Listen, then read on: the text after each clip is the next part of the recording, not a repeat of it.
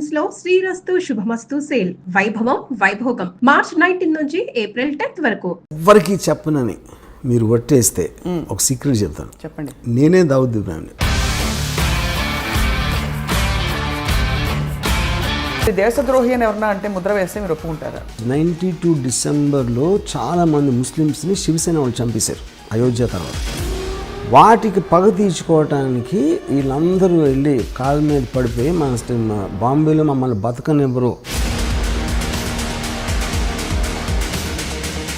I'm not telling first of all justifying that Dawood Ibrahim is good for the country or bad for the country. జరిగిన చూపెడతాను. తర్వాత ఆయనకు వారసులు ఉన్నారా? ఒకటి his daughter died because of malaria. అంత పెద్ద క్రిమినల్ కూతుర్ని ఒక దోమ వచ్చి చంపేసింది. మీ క్రిమినల్ ఇన్ఫ్లుయెన్స్ మీ మీద అయిందే. మీ ఇంట్లో ఫోటో ఉంది, ఆయన పూజను చేసుకుంటారేమో అని. నా హృదయంలో ఉన్నాడు. ఒక చిన్న ఎగ్జాంపుల్ చెప్తాను. చెప్పండి. చోటా రాజాను ఒక మనిషి సౌత్య అని ఆల్మోస్ట్ తమ్ముడిలాగా చూసుకున్నాడు. ఒక పర్టిక్యులర్ స్టేజ్లో దావుద్ ఇబ్రాహింకి చోటా రాజానికి గొడవ వచ్చినప్పుడు కలిసి చోటా రాజాని చంపడానికి ప్లాన్ చేసి ఆ ప్లాన్ ఏమో వర్కౌట్ అవ్వదు. చోటా రాజాని పారిపోయాడు.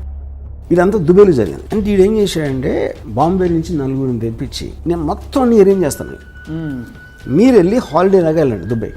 అక్కడ నా వాళ్ళు వచ్చి సౌత్యాన్ని ఎలా చంపాలో వాళ్ళు ఎక్స్ప్లెయిన్ చేస్తారు, మీరు కన్విన్స్ అయితే చేయండి. వీళ్ళు సరే వెళ్ళారు దుబాయ్లో. మాల్లో బయట ఒక జిమ్ ఉంది. సౌత్య రోజు అక్కడికి వస్తాడు. పోర్ట్ దగ్గర కస్టమ్స్ వాళ్ళు అందరినీ ఆల్రెడీ సెట్ చేశాడు రాజన్ భాయ్. వాళ్ళు మిమ్మల్ని బోట్లో ఎక్కిస్తారు. ఆ బోట్ ఆ యాట్ ఇండియాకి వచ్చేస్తుంది. నెక్స్ట్ డే సాయంత్రం వచ్చాడు సౌత్య. కిందది టపా షూట్ చేశారు. షూట్ చేసి పరిగెత్తారు. లెఫ్ట్ టర్న్ తిరిగారు. రైట్ టర్న్ తిరిగితే వ్యాన్ లేదు అక్కడ.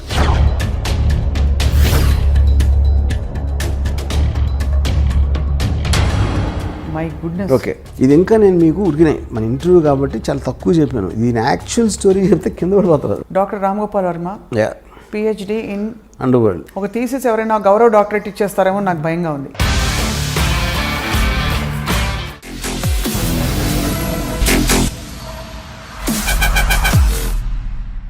Welcome to the special interview on I dream.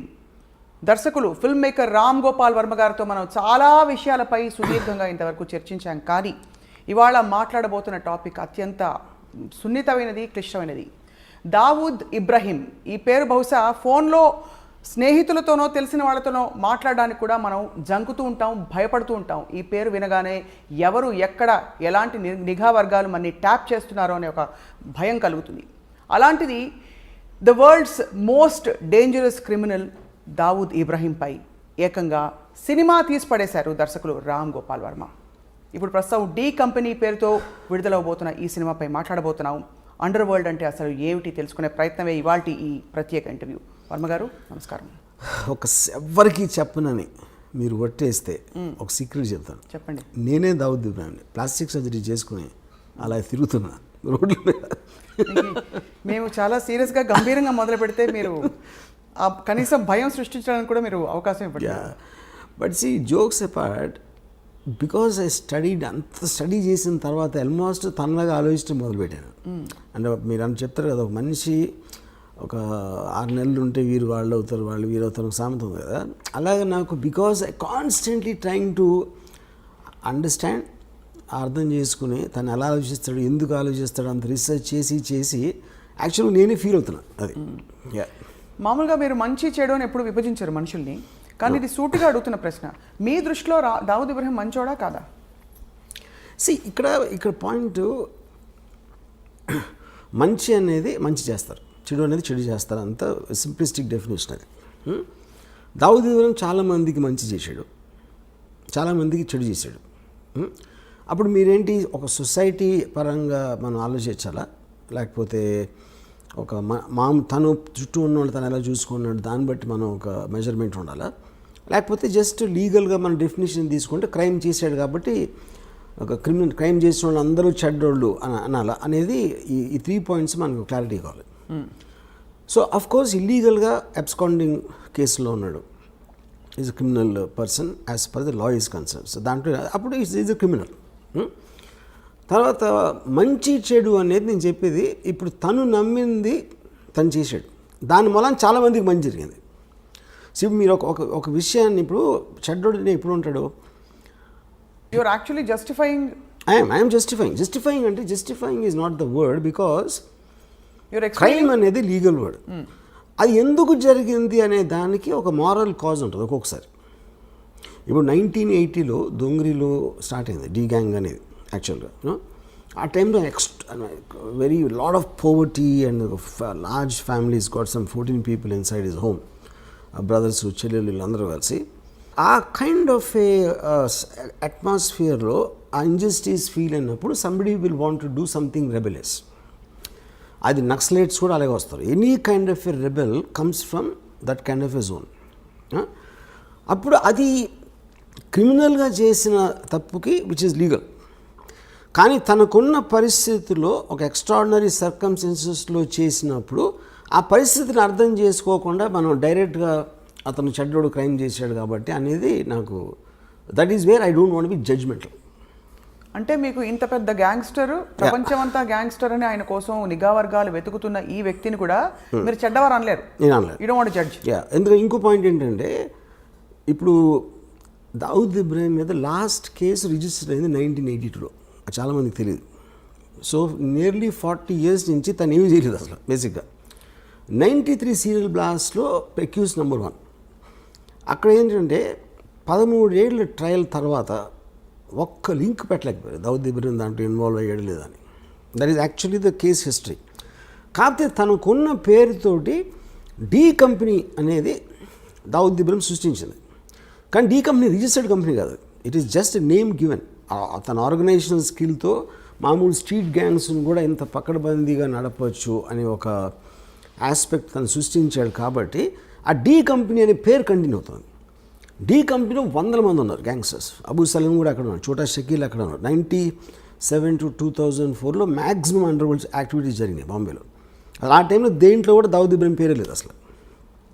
So Dawood Ibrahim as a person is different from D Company, though he founded it. So he founded it and hence is relevant here. But మీరు తీసిన cinema మాత్రం D company. ఎందుకంటే నేను తీసే cinema ఏంటంటే basically this is about Dawood Ibrahim very beginning టైంలో అతని బ్రదర్ని చంపిన వాళ్ళ మీద పగ తీర్చుకోవడానికి ఒక ఇది చేశాడు. ఆ ఆస్పెక్ట్ ఒకటే నేను తీసాను D Company. And first time బాంబేలో దావుద్ ఇబ్రాహిం అని అన్నాడు అని ఒక పేరు రిజిస్టర్ అయింది జనంలో. అది తీసి దాని తర్వాత కంటిన్యూషన్ సిరీస్ లాగా తీస్తున్నాను డీ కంపెనీ. కానీ ఇంత అవుట్డేటెడ్ క్రిమినల్ తర్వాత ఆయన మీద కేసు కూడా లేదని చెప్పి ఆయన మీద సడన్గా మీరు స్ఫూర్తి పొంది సినిమా తీసేంత పని అంటే what about him? Because I honestly think he's ఎప్పుడైనా సరే ఒక విజనరీ అవసరం ఏ బిజినెస్లో కానీ ఏ దాంట్లో. టాటా బిర్లాలు అలాంటి వాళ్ళు ఉన్నప్పుడు సడన్గా అక్కడికి ధీరుభాయ్ అంబానీ ఒక అతను గుజరాత్ నుంచి వచ్చాడు. అంతకుముందు అంతంత పెద్ద ఇండస్ట్రీస్ వాళ్ళందరూ ఆలోచించి ఒక విజనరీ ఆస్పెక్ట్ తోటి ఈ change entire industries face in India. అక్కడి నుంచి అంటే ఆల్మోస్ట్ టాటా బిర్లాని మర్చిపోయాం దాని తర్వాత. Same thing what Bill Gates did to IBM, you know. So అది legal aspect, business aspect. Same thing under వరల్డ్లో కరీం లాలా వర్దాబాయ్ మొదలియార్ అండ్ హాజీ మస్తాన్ లాంటి దిగ్గజాలు ఉన్నప్పుడు ఒక 25-year-old బాయ్ దావుద్ ఇబ్రాహిం అనేవాడు దోంగ్రీ నుంచి వచ్చి ఈ completely change the way the underworld operates. So if I make a film on Veerappan, somebody makes a film on Hitler, అలాగే make a film on Dawood Ibrahim. Anybody made an impact ఏ విధంగా అయినా సరే, I think his material is good for making a film. But as much as it sounds like a repetitive question to you, Ramu garu, you don't want to make a film on a change maker like Sachin Tendulkar. You don't want to make a film on a change maker like Dhirubhai Ambani. But you want to make a film, you insist on making a film on a criminal who has actually harmed the world in many ways. See, lot of people believe Dhirubhai Ambani also has done many things to become that, you know. So ఇప్పుడు మీరు మనకి సామెత కదా, పట్టుబడినోడే దొంగ అని, పట్టుబడినోడే దొంగ కాదని. ఎన్నో పాలిటీషియన్లు చేయొచ్చు, పోలీస్ ఆఫీసర్లు చేయొచ్చు. మనం ఎవరైతే లీగల్గా కరెక్ట్గా వాళ్ళు జైల్లో లేకుండా సక్సెస్ఫుల్ ఉన్నారనుకుంటే అందరి వెనకాల కూడా ఒక కథ ఉంటుంది ఏదో ఒకటి. సో నేను ఎంచుకునేది ఏంటి, నాకున్న చాయిస్లో మోస్ట్ డ్రామాటిక్గా అనిపించింది నేను అనుకుంటాను. ప్రతి క్రిమినల్, ప్రతి టెర్రరిస్ట్ కూడా ఒక పని చేసినప్పుడు తన వాళ్ళని ఎవరినో బెనిఫిట్ చేయడానికి చేసుకోవడం అనేది పరిణామం ఉంటుంది. కానీ దట్ స్టిల్ డజంట్ జస్టిఫై. దానికి చట్టాలు ఉంటాయి, పరిధులు ఉంటాయి, ప్రపంచం ఉంటుంది. రూల్స్ అండ్ రెగ్యులేషన్స్ ఉంటాయి. వాటన్నిటిని ఉల్లంఘించి మనుషుల ప్రాణాలతో చెలగాటం ఆడిన వ్యక్తుల మీద కానీ నేను అదే అంటున్నాను, జస్టిఫై అనే మాట కరెక్ట్ కదా అంటున్నాను. ఇప్పుడు if you are not in other person shoes, okay, అవతలోడి షూస్లో మనం లేనప్పుడు అతను ఏం చేశాడు అనే దాని మీద జడ్జ్మెంటల్ అవ్వటం అనేది నేను చేయను. ఎందుకంటే ఆ పరిస్థితిలో నేనుంటే నేనేమన్నా చేసేవాడినా. ఫర్ ఎగ్జాంపుల్ మీరు రాడికల్స్ ఉంటారు అనుకోండి, ల్యాండ్ లార్డ్స్ వాళ్ళని తొక్కేసి వాళ్ళని అరాచకాలు చేసేస్తున్నప్పుడు వాళ్ళు ఏదో ఎదురు తిరిగి ఒక ల్యాండ్ లార్డ్ని చంపేశారు అనుకోండి. చంపటం అనేది చట్టరీత్యా నేరం. Of course they will be punished for that. But ఎలాంటి పరిస్థితుల్లో వాళ్ళని కార్నర్ చేస్తే వాళ్ళు అలా చేయాల్సి వచ్చిందో అనే దానికి that is what I want talking about moral justification if you care to understand. ఇంకా చాలా సింపుల్ చెప్తాను మీకు. నేను ఒకసారి పోలీస్ ఆఫీసర్ని అడిగినది, ఇప్పుడు క్రైమ్ చేసిన వాడిని శిక్షించాలని మీరు అంటారు. ఒక రిచ్ మ్యాన్ ఒక పనివాడికి జీతం ఇట్లా, ఓకే, వాడికి ఒక వాళ్ళ మదర్ ఏదో she's not well and he needs urgently money to pay for the medicine, okay. So వాడు ఈ జీతం ఇవ్వట్లేదు కాబట్టి ఆడేదో ఇంట్లో డబ్బులు కొట్టేసి వెళ్ళిపోయాడు అని పట్టుకున్నారు పోలీసులు. డబ్బులు దొంగిలించడం అనేది నేరం, ఆఫ్ కోర్స్, అందుకని అతని చట్టరీత్యా అతను శిక్షిస్తారు ఏదో చేసి. బట్ వాడు ఎందుకు చేశాడు అని మీరు వెనకాలకి వెళ్తే I don't think you'll feel the same thing after that. Though it is still a crime. On paper it's a crime. Yeah. So you find a story behind everything. Yeah.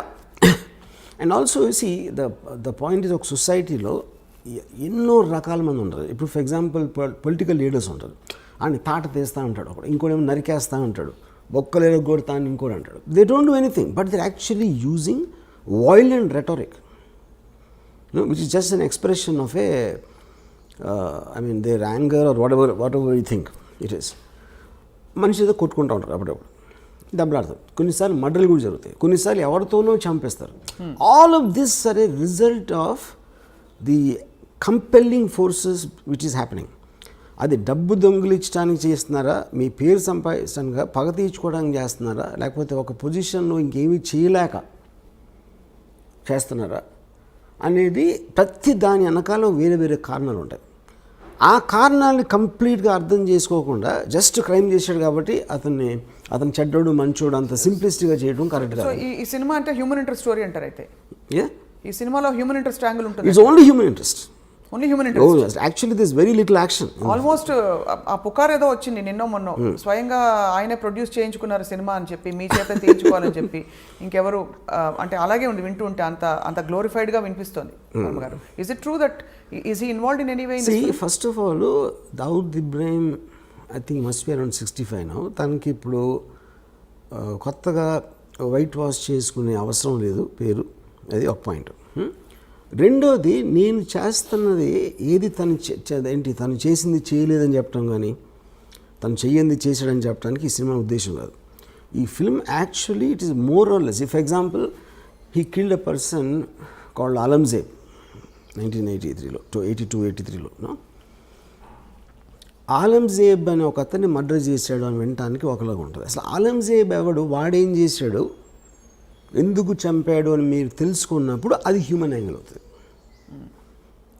అప్పుడు ఆ ఇద్దరు వ్యక్తులు ఎవరు, ఎలాంటి వాళ్ళు, వాళ్ళ బ్యాక్గ్రౌండ్ ఏంటి, వీళ్ళకున్న రిలేషన్షిప్ ఏంటి, అసలు వాళ్ళ మధ్యన ఏం జరిగింది, ఇవన్నీ మీరు తెలుసుకోకుండా కేవలం ఒకడు మర్డర్ చేశాడు కాబట్టి ఆడు మంచోడా చెడ్డోడా అనేది I think that is what I'm trying to fight. So ఇదంతా మీరు ఏంటి అందరు థింకింగ్ మార్చాలనుకుంటున్నారా? ప్రధాన వెనకాల ఉంటుంది లేదో ఎంటర్టైన్మెంట్ వాల్యూ అంటారా? I want to tell the story. I just am interested in understanding human emotions. Right. Yeah. And I'm coming back to the same question, Ramu garu. ఇప్పుడు ఒక చిన్న ఎగ్జాంపుల్ చెప్తాను మీకు. మనందరూ ఎన్నది ఏంటంటే, ఒక సెకండ్ వరల్డ్లో నాజీ కాన్సన్ట్రేషన్ క్యాంప్స్లో జరిగిన ఘోరాతి ఘోరమైన థింగ్ అది ఇంతవరకు ప్రపంచంలో ఎప్పుడు జరగలేదు. వాళ్ళు తిండి పెట్టకుండా అస్థి పంజరాల్లాగా వాళ్ళు అయిపోయి వాళ్ళ గోతులు వాళ్ళే తీసుకోవాలి, వాళ్ళు చచ్చిపోవటం. ఎందుకంటే ఎక్కడ గొయ్యి తీసుడు అవ్వడు లేడు కాబట్టి వాళ్ళు రాగానే ఫస్ట్ వాళ్ళతో గొయ్యి తవ్వించి ఇంకా వాళ్ళకి వాళ్ళు చూసుకోలేని పరిస్థితికి వచ్చేసరికి అందరినీ గోతు దగ్గర నిలబెట్టి గన్తో షూట్ చేసి వాళ్ళు గోతులు పడిపోయిన తర్వాత పాతిపెట్టారు. ఇది వింటే అసలు మనకి అసలు ఎలాంటి మనుషులు ఇది చేయగలుగుతారు. ఒకటి చేశారు, కానీ వాళ్ళు మనలాంటి మనుషులే కదా, మనం ఇప్పుడు చేయగలుగుతాం, చేయలేం. దీని మీద నేను చాలా బుక్స్ చదివి ఎలా ఎందుకు జరిగింది అంటే, ఇప్పుడు వాళ్ళు ఒక పిచ్చోళ్ళు అన్నాయి ఉండాలి, లేకపోతే అలా చేసినందుకు వాళ్ళకి ఏదైనా, ఇప్పుడు ఫర్ ఎగ్జాంపుల్ పోలీసులు కొట్టారు అనుకోండి, ఆయన టార్చర్ చేసి వాళ్ళలోంచి ఒక నిజం తెప్పించడానికి ట్రై చేస్తారు, అదొక కారణం ఉండొచ్చు. Coming back to the concentration camps, నేను ఫైనల్గా ఏం రియలైజ్ అయ్యానంటే, ఇప్పుడు హిట్లరు టోటల్గా జూస్ అందరినీ జర్మనీలోంచి పంపించేది.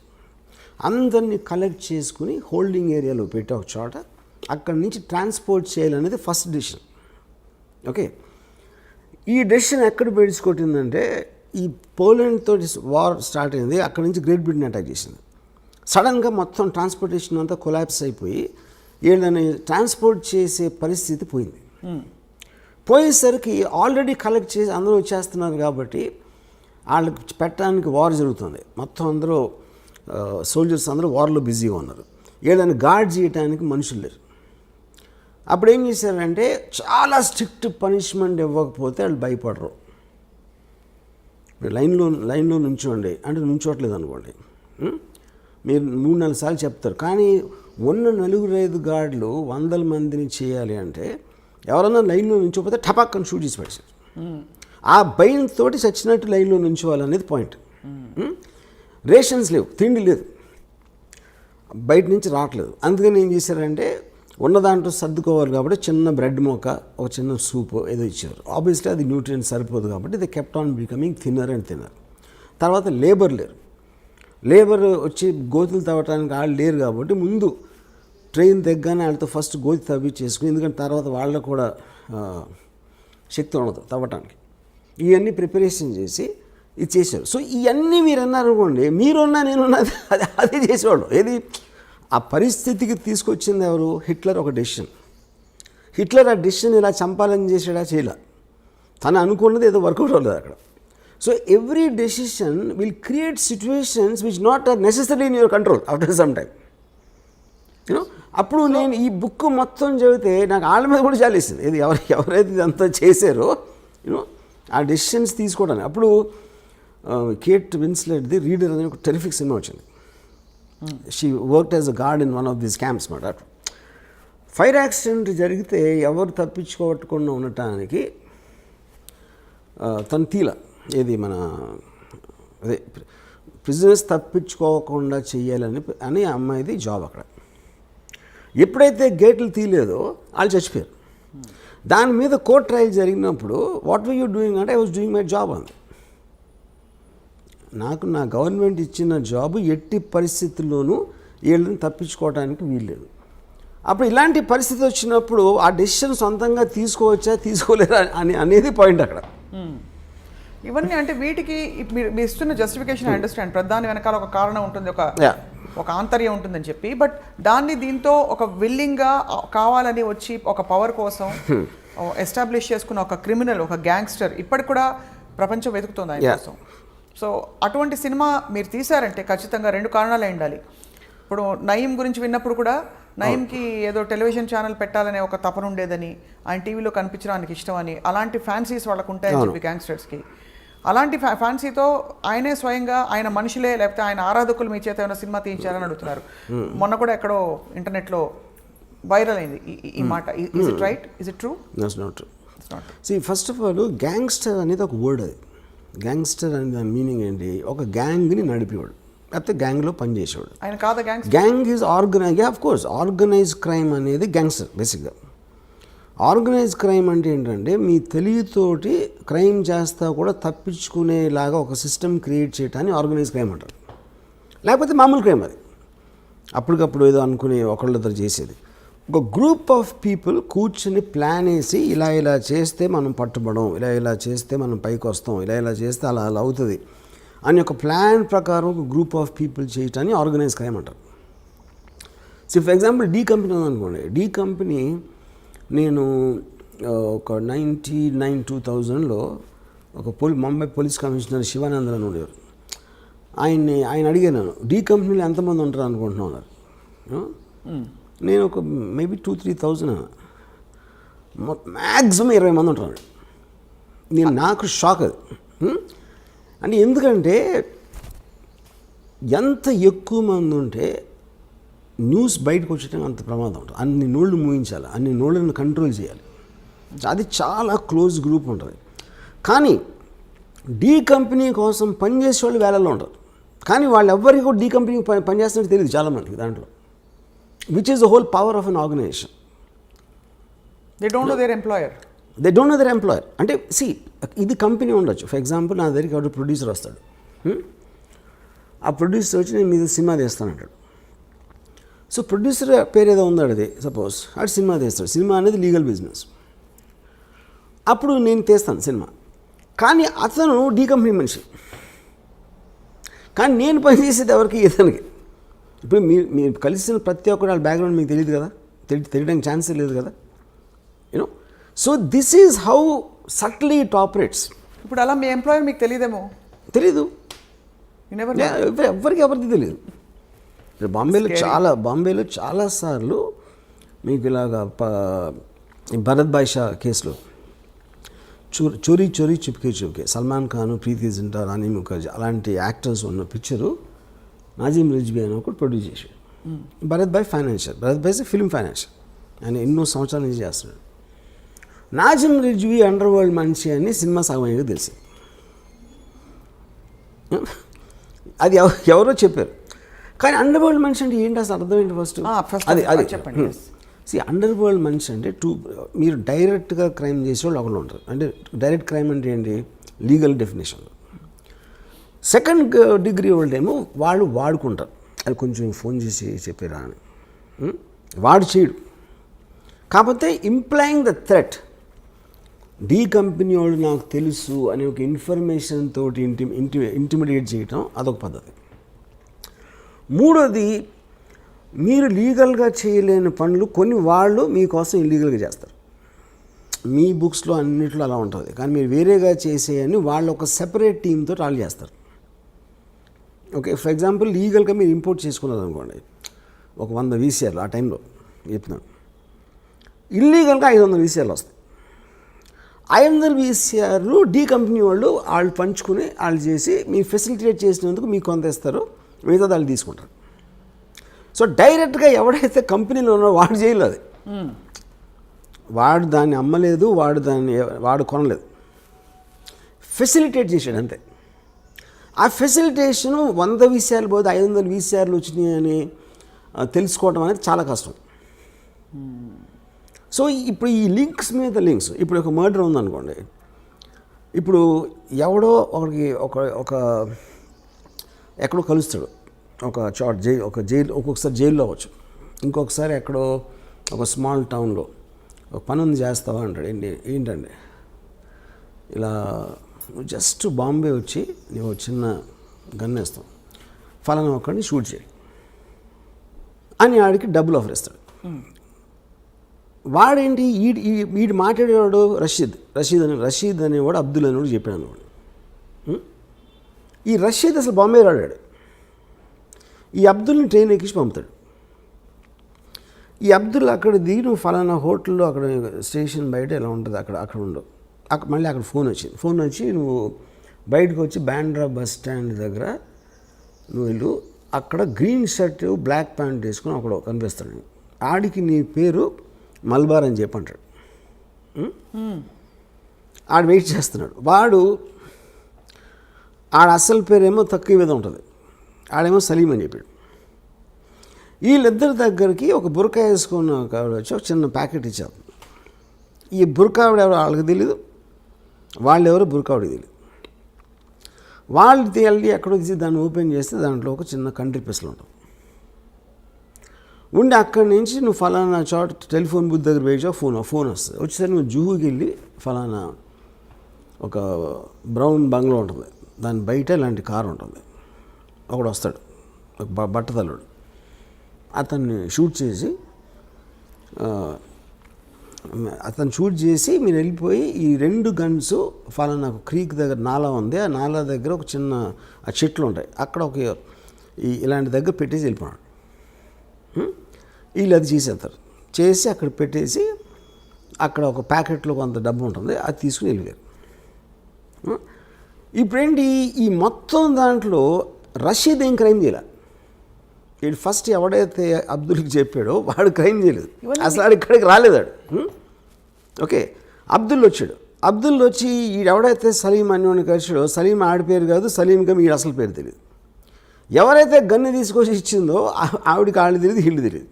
సో ఇప్పుడు పోలీసులు ఇన్వెస్టిగేషన్ చేయడం మొదలుపెట్టి అసలు ఎవరిని పట్టుకుని ఎక్కడికి లింక్ వెళ్ళాలని, కానీ పేపర్లు ఏమొస్తుంది, డి కంపెనీ హ్యాస్ కిల్డ్. వీళ్ళందరూ డి కంపెనీ అయితే, కానీ ఎవరికి తెలీదు వాళ్ళు డి కంపెనీ వాళ్ళని. అదే నేను చెప్పేది. ఇప్పుడు ఆ బుర్రకాయ వేసుకున్న ఆవిడకి ఏం చెప్పారు, ఈ ప్యాకెట్ని వాళ్ళకి ఇచ్చి ఏం చెప్పారు ఎవరో. ఇది కనిపించిన ఆరో సింహం ఇది మీరు చెప్తున్న ఈ డి కంపెనీ ఎవరికి తెలియట్లేదు. అదే చెప్పేది. అందుకనే ఇప్పుడు శివనందన్ ఏం చెప్పారు, most of the people don't know they're working for D Company. అది ఎప్పుడు తెలుస్తుంది అంటే వీళ్ళందరికీ ఇద్దరు ఎవరైతే షూట్ చేశారో వాళ్ళిద్దరికీ పేపర్లో చదివాక తెలుస్తుంది వాళ్ళు డి కంపెనీ కోసం చేశారని. సో అప్పుడు ఏమంటాడు, పట్టుబడ్డాడు అనుకోండి, నేను డి కంపెనీ అంటాడు ఆడ పేపర్లో చదివాక. కానీ డి కంపెనీ అని చెప్పినా సరే వాడి నుంచి అసలు ఆడికి ఎవడైతే చంపాడో వాడికి లింక్ లేదు. ఫస్ట్ ఆడిద్దరికి బ్యాక్గ్రౌండే లేదు. ఈ గన్ ఎక్కడ దొరికింది, ఎవరో బుర్కాలు ఇచ్చారు, ఆ బుర్కాని ఇంపాసిబుల్ ట్రేస్ చేయడం.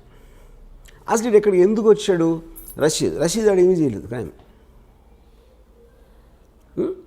సో మీ ఇన్ని లింకులు చైన్లో పెట్టి మధ్యలో ఒక లింక్ తీసేస్తాను. ఎప్పుడైనా ఇన్వెస్టిగేషన్ కొంచెం కాంప్లికేట్ అయిందంటే ఒక లింక్ తీసేస్తారు. ఫర్ ఎగ్జాంపుల్ రషీద్ ఉన్నాడు అనుకోండి, రషీద్ని ట్రాక్ చేయొచ్చు అని అనుకుంటే రషీద్ని అక్కడి నుంచి తప్పించేస్తారు. So this is what is called organised crime. కానీ ఈ మొత్తం దీంట్లో మీకు మెయిన్ బాసెస్ ఎవరైతే ఉన్నారో దుబాయ్లో కానీ ఎక్కడైనా వాళ్ళ పేరు అసలు ఉండదు అక్కడ. వాళ్ళు దుబాయ్లోనే ఉన్నారు. వాళ్ళు దుబాయ్లో ఉండొచ్చు, కరాచీలో ఉండొచ్చు, కెనియాలో ఉండొచ్చు, వేరే కంట్రీస్లో ఉంటారు, నాట్ ఎట్ వన్ ప్లేస్. కానీ పాయింట్ ఏంటి, వాళ్ళని దీంట్లో బుక్ చేయడం అనేది ఇంపాసిబుల్ అసలు మీకు తెలిసినా కూడా. కానీ వాళ్ళ పేరు తెలియని ఎందుకు అనుకుంటారు, వాళ్ళకి బ్రాండ్ కావాలి.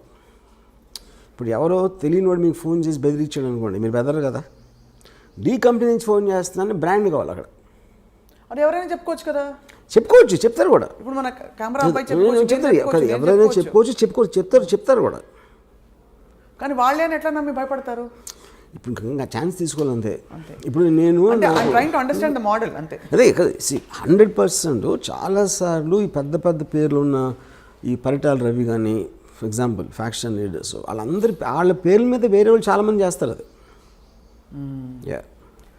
సో ఇదంతా ఎక్కడ సేకరించారు వర్మ గారు మీరు ఈ ఇన్ఫర్మేషన్? మీరు డి కంపెనీ మనుషులతో మాట్లాడారా? I spoke to somebody. నాకు ఒక అప్పా చాచా అని ఒక 79 మనిషిని కలిసాను ఒక 2 years back. He is actually member of the D gang. దొంగరీలో ఫస్ట్ స్టార్ట్ అయినప్పుడు he saw Dawood Ibrahim when he was 18 years old. He met him? Yeah, he was with him. అంటే అదే ఏరియాలో ఉంటారు అందరూ కలిసి అదే ఆడుకునే వయసు నుంచి he knows Dawood Ibrahim. So he was a part of the D gang on the beginning yearsలో. అంటే ఆల్మోస్ట్ దావుద్ ఇబ్రాహిం ఇక్కడ నుంచి 85లో వెళ్ళిపోయాడు బాంబే నుంచి. అప్పటి వరకు he was very close to the inner circle you know. So అలాగా కొంతమంది రిటైర్డ్ పోలీస్ ఆఫీసర్స్, కొంతమంది జైలు నుంచి బయటకు వచ్చిన వాళ్ళు, కొంతమంది ఆ టైంలో చాలా హెవీగా ఇన్వాల్వ్ అయ్యి మళ్ళీ మధ్యలో వచ్చేసి లీగల్ బిజినెస్లోకి వచ్చేసారు కొంతమంది. సో ఇలా ఒక 10-12 పీపుల్ నుంచి నేను సేకరించాను. అండ్ మీరు ఇందాక చెప్పిన స్పెసిఫిక్ ఇది చాలా సున్నితమైన question. I don't even know if I should be asking this question.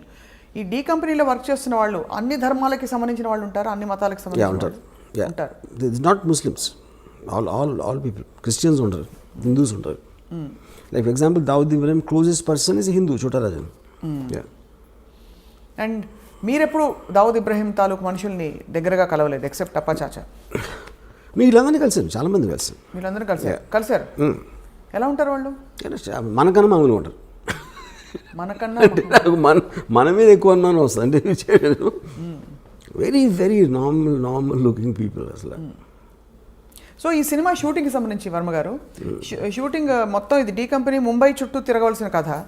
మీరు ఎక్కడో ముంబై కాకుండా ఇతర ప్లేసెస్లో షూట్ చేశారు. ఎందుకంటే ఇది 80s ముంబై. 80s ముంబై అనేది ముంబైలో ఉండడానికి ఛాన్స్ లేదు. ఎందుకంటే Mumbai it's very very expensive place. Right. ఉన్న రియల్ ఎస్టేట్ అంతా మార్చేస్తారు బిల్డింగ్లు కట్టేసి. సో 1980లో ఉన్న అట్మాస్ఫియర్ బాంబేలో దొరకడం ఇంపాసిబుల్. సో కొన్ని నేను గోవాలో చేశాను అలాంటిది రీప్లేస్ చేయడానికి, కొన్ని షార్ట్ ఇన్ హైదరాబాద్. ఈ సినిమా తీయడం వల్ల మీకు అనేక చోట్ల నుంచి ఒక విధమైన రిస్క్ కాదు, ఒక విధమైన అన్కంఫర్టబుల్ సిచ్యువేషన్. ఒకటి చాలామంది సివిలియన్ రైట్స్ కోసం పోరాడుతున్న వాళ్ళు, దేశభక్తి ఉన్న వాళ్ళు ఎవరైనా సరే ఇప్పుడు ఒక గ్యాంగ్స్టర్ మీద మీరు సినిమా తీసి ఏం ప్రూవ్ చేద్దాం అనుకుంటున్నారు, ఇతను తప్ప ఎవరు దొరకలేదా అని ప్రశ్నించే వాళ్ళు ఉంటారు. సరే, అది క్రిటిసిజం. రెండోది, మీరు ఒక ఇలాంటి ఒక క్రిమినల్, మన దేశానికే ముప్పు తెచ్చిపెట్టిన ఒక క్రిమినల్ని ఈ విధంగా మీరు సినిమా తీసే అంతగా గ్లోరిఫై చేస్తారా అని చెప్పి మీకు అఫీషియల్గా కేంద్రం నుంచి అనేక చోట్ల నుంచి ఉన్న సర్కార్ వల్ల మీకు అనేక విధాల డిసప్రూవల్ వస్తుంది. తెలిసి కూడా ఈ సినిమా తీయాలి, దీన్ని వెబ్ సిరీస్గా కూడా తీయాలని చెప్పి అనుకోవడంలో ఆంతర్యం ఏంటంటే, ఇప్పుడు పాయింట్ ఏంటంటే క్రైమ్ అనేది it's a fascinating thing for everybody. ఎందుకంటే మీరు పొద్దున్న టీవీలో న్యూస్ చూసినా సరే, పేపర్ చదివినా సరే, మ్యాక్సిమం 80% క్రైమ్ న్యూస్ కవర్ చేస్తారు. ఇవాళ మొత్తం వెబ్ సిరీస్లో the most famous is Narcos, which is do with gangsters and underworld. Okay, so ఇన్హెరెంట్గా మనకున్న బోరింగ్ లైఫ్స్ నుంచి we're always attracted to study and understand or relish such people. So the attraction towards violent people, including Mahabharatam. See, Mahabharatam also, they're not gods, no, they're power politics and they use lot of violence and Krishna God, but Krishna ఏం చేశాడు? He was facilitating the war. అది మనుషులకు మంచి చేయడానికి ఏం చేయలేదు కదా కృష్ణుడు అక్కడ. మహాభారతం కాన్సెప్ట్ అని చెప్పి ధర్మ సంస్థాపనార్థాయ సంభవామి యుగే యుగే. అదే బట్ ధర్మ సంస్థాపన రావడానికి ఫస్ట్ ఆఫ్ ఆల్ దేవుడే సృష్టించినప్పుడు కౌరవులు ఎందుకు సృష్టించడం అసలు? ముందు నుంచి పాండవులను పెట్టచ్చు కదా. పాండవుల్ని కౌరవుల్ని క్రియేట్ చేసి అంతమందిని చంపి వార్లు క్రియేట్ చేసి అంతమందిని దుఃఖంలో పెట్టేసి దాని తర్వాత ధర్మ సంస్థాపన ఏంటి? ఇంకా ముందే పెట్టచ్చు కదా. ముందే అసలు చెడ్డవాళ్ళు లేకుండా అదే కదా దేవుడికి అంత పవర్ ఉండేది, చెడ్డవాళ్ళు ఎందుకు సృష్టించాలంటున్నాను. అంటే ఇలా జరిగితే ఇలా ఉంటాయి పర్యవసానాలని మనిషికి చెప్పడానికి ఈ యుగంలో చెప్పాల్సిన అవసరం ఉంది. ముందు నుంచి మంచి పేరు అయిపోయింది కదా పని. సో మీరైతే మహాభారతాన్ని కూడా జస్టిఫై చేయట్లేదు ఇక్కడ. Mahabharatam is just about power politics.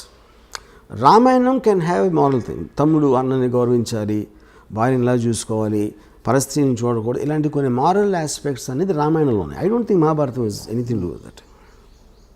Mahabharatam అయితే so what are you trying to say? Mahabharatam కూడా ఒక విధమైన Mahabharatam is about power politics. So you see more like it is like an underworld. అంటే అండర్వరల్డ్ అంటే ఏంటి మీరు చెప్పేది? ఇప్పుడు ఆ టైంలో ఫ్యూడల్ వ్యవస్థలో రాజులు ఉన్నప్పుడు డిక్టేటర్షిప్స్, ఎవరికి బలం ఉంటే వాడే గెలుస్తాడు. సేమ్ థింగ్ క్రైమ్ ఆర్గనైజేషన్లో కూడా బలం plays a big role in that. It's about violent physical power. మీరు సివిలైజ్ సొసైటీ వచ్చినప్పుడు లాస్ ఉంటాయి, రూల్స్ ఉంటాయి, వాటి బట్టి నడుస్తాం. కాబట్టి ఏ ఒక్క వ్యక్తికి అంత పవర్ ఉండకూడదు అనే దాంట్లో ఒక ప్యారలల్ సిస్టమ్స్ వస్తాయి. అప్పుడు under world main thing. Mahabharatam టైంలో ఫ్యూడల్ టైం, మహాభారతం అని ఒకటే అంటలేదు, రాజుల టైంలో బలం ఉన్నోడిదే రాజ్యం అన్నదానికి ఒక క్రిమినల్ ఆర్గనైజేషన్కి ఏమి డిఫరెన్స్ లేదు. సో మొత్తం మీద వర్మ గారు ఈ సినిమా కాస్టింగ్లో కానీ కీలకమైన పాత్రధారుల్లో మీరు ఏమన్నా ప్రత్యేకమైన బాడీ లాంగ్వేజ్ ఇవన్నీ స్టడీ చేయడానికి మీ రీసెర్చ్ కానీ ఎక్కడి నుంచి దొరికింది? బికాస్ దావుద్ ఇబ్రాహీంకి సంబంధించి ఒకటో రెండో ఫోటోలు తప్ప ప్రపంచం ఆయన చూడలేదు సరే. అండ్ ఇంకొక సూట్ సరే, ఇది అయ్యాక రెండో సూటి ప్రశ్న. సో మీరు ఎక్కడి నుంచి చేశారు ఈ రీసెర్చ్ అంతా కూడా to make people believe that this is perhaps what Dawood Ibrahim look like? See anybody, ఒక మనిషి ఫర్ ఎగ్జాంపుల్ నేను when I did on Veerappan, you know, నేను సినిమా తీసే టైంకి వీరప్పన్ పోయి ఆల్రెడీ 10 ఏళ్ళు అయిపోయాయి ఆర్ మోర్. సో ఏది మీరు చేసినా in the research most authentic sources మీకు సాధ్యమైనంత వరకు. ఇప్పుడు నిజం అనేది బిలీవబుల్గా ఉండాలి. నిజం అనేది ఎవరికి తెలియదు ఎప్పటికీ, ఎందుకంటే మీరు ఆ టైంలో మీరు లేరు, అది చేసినప్పుడు మీరు లేరు.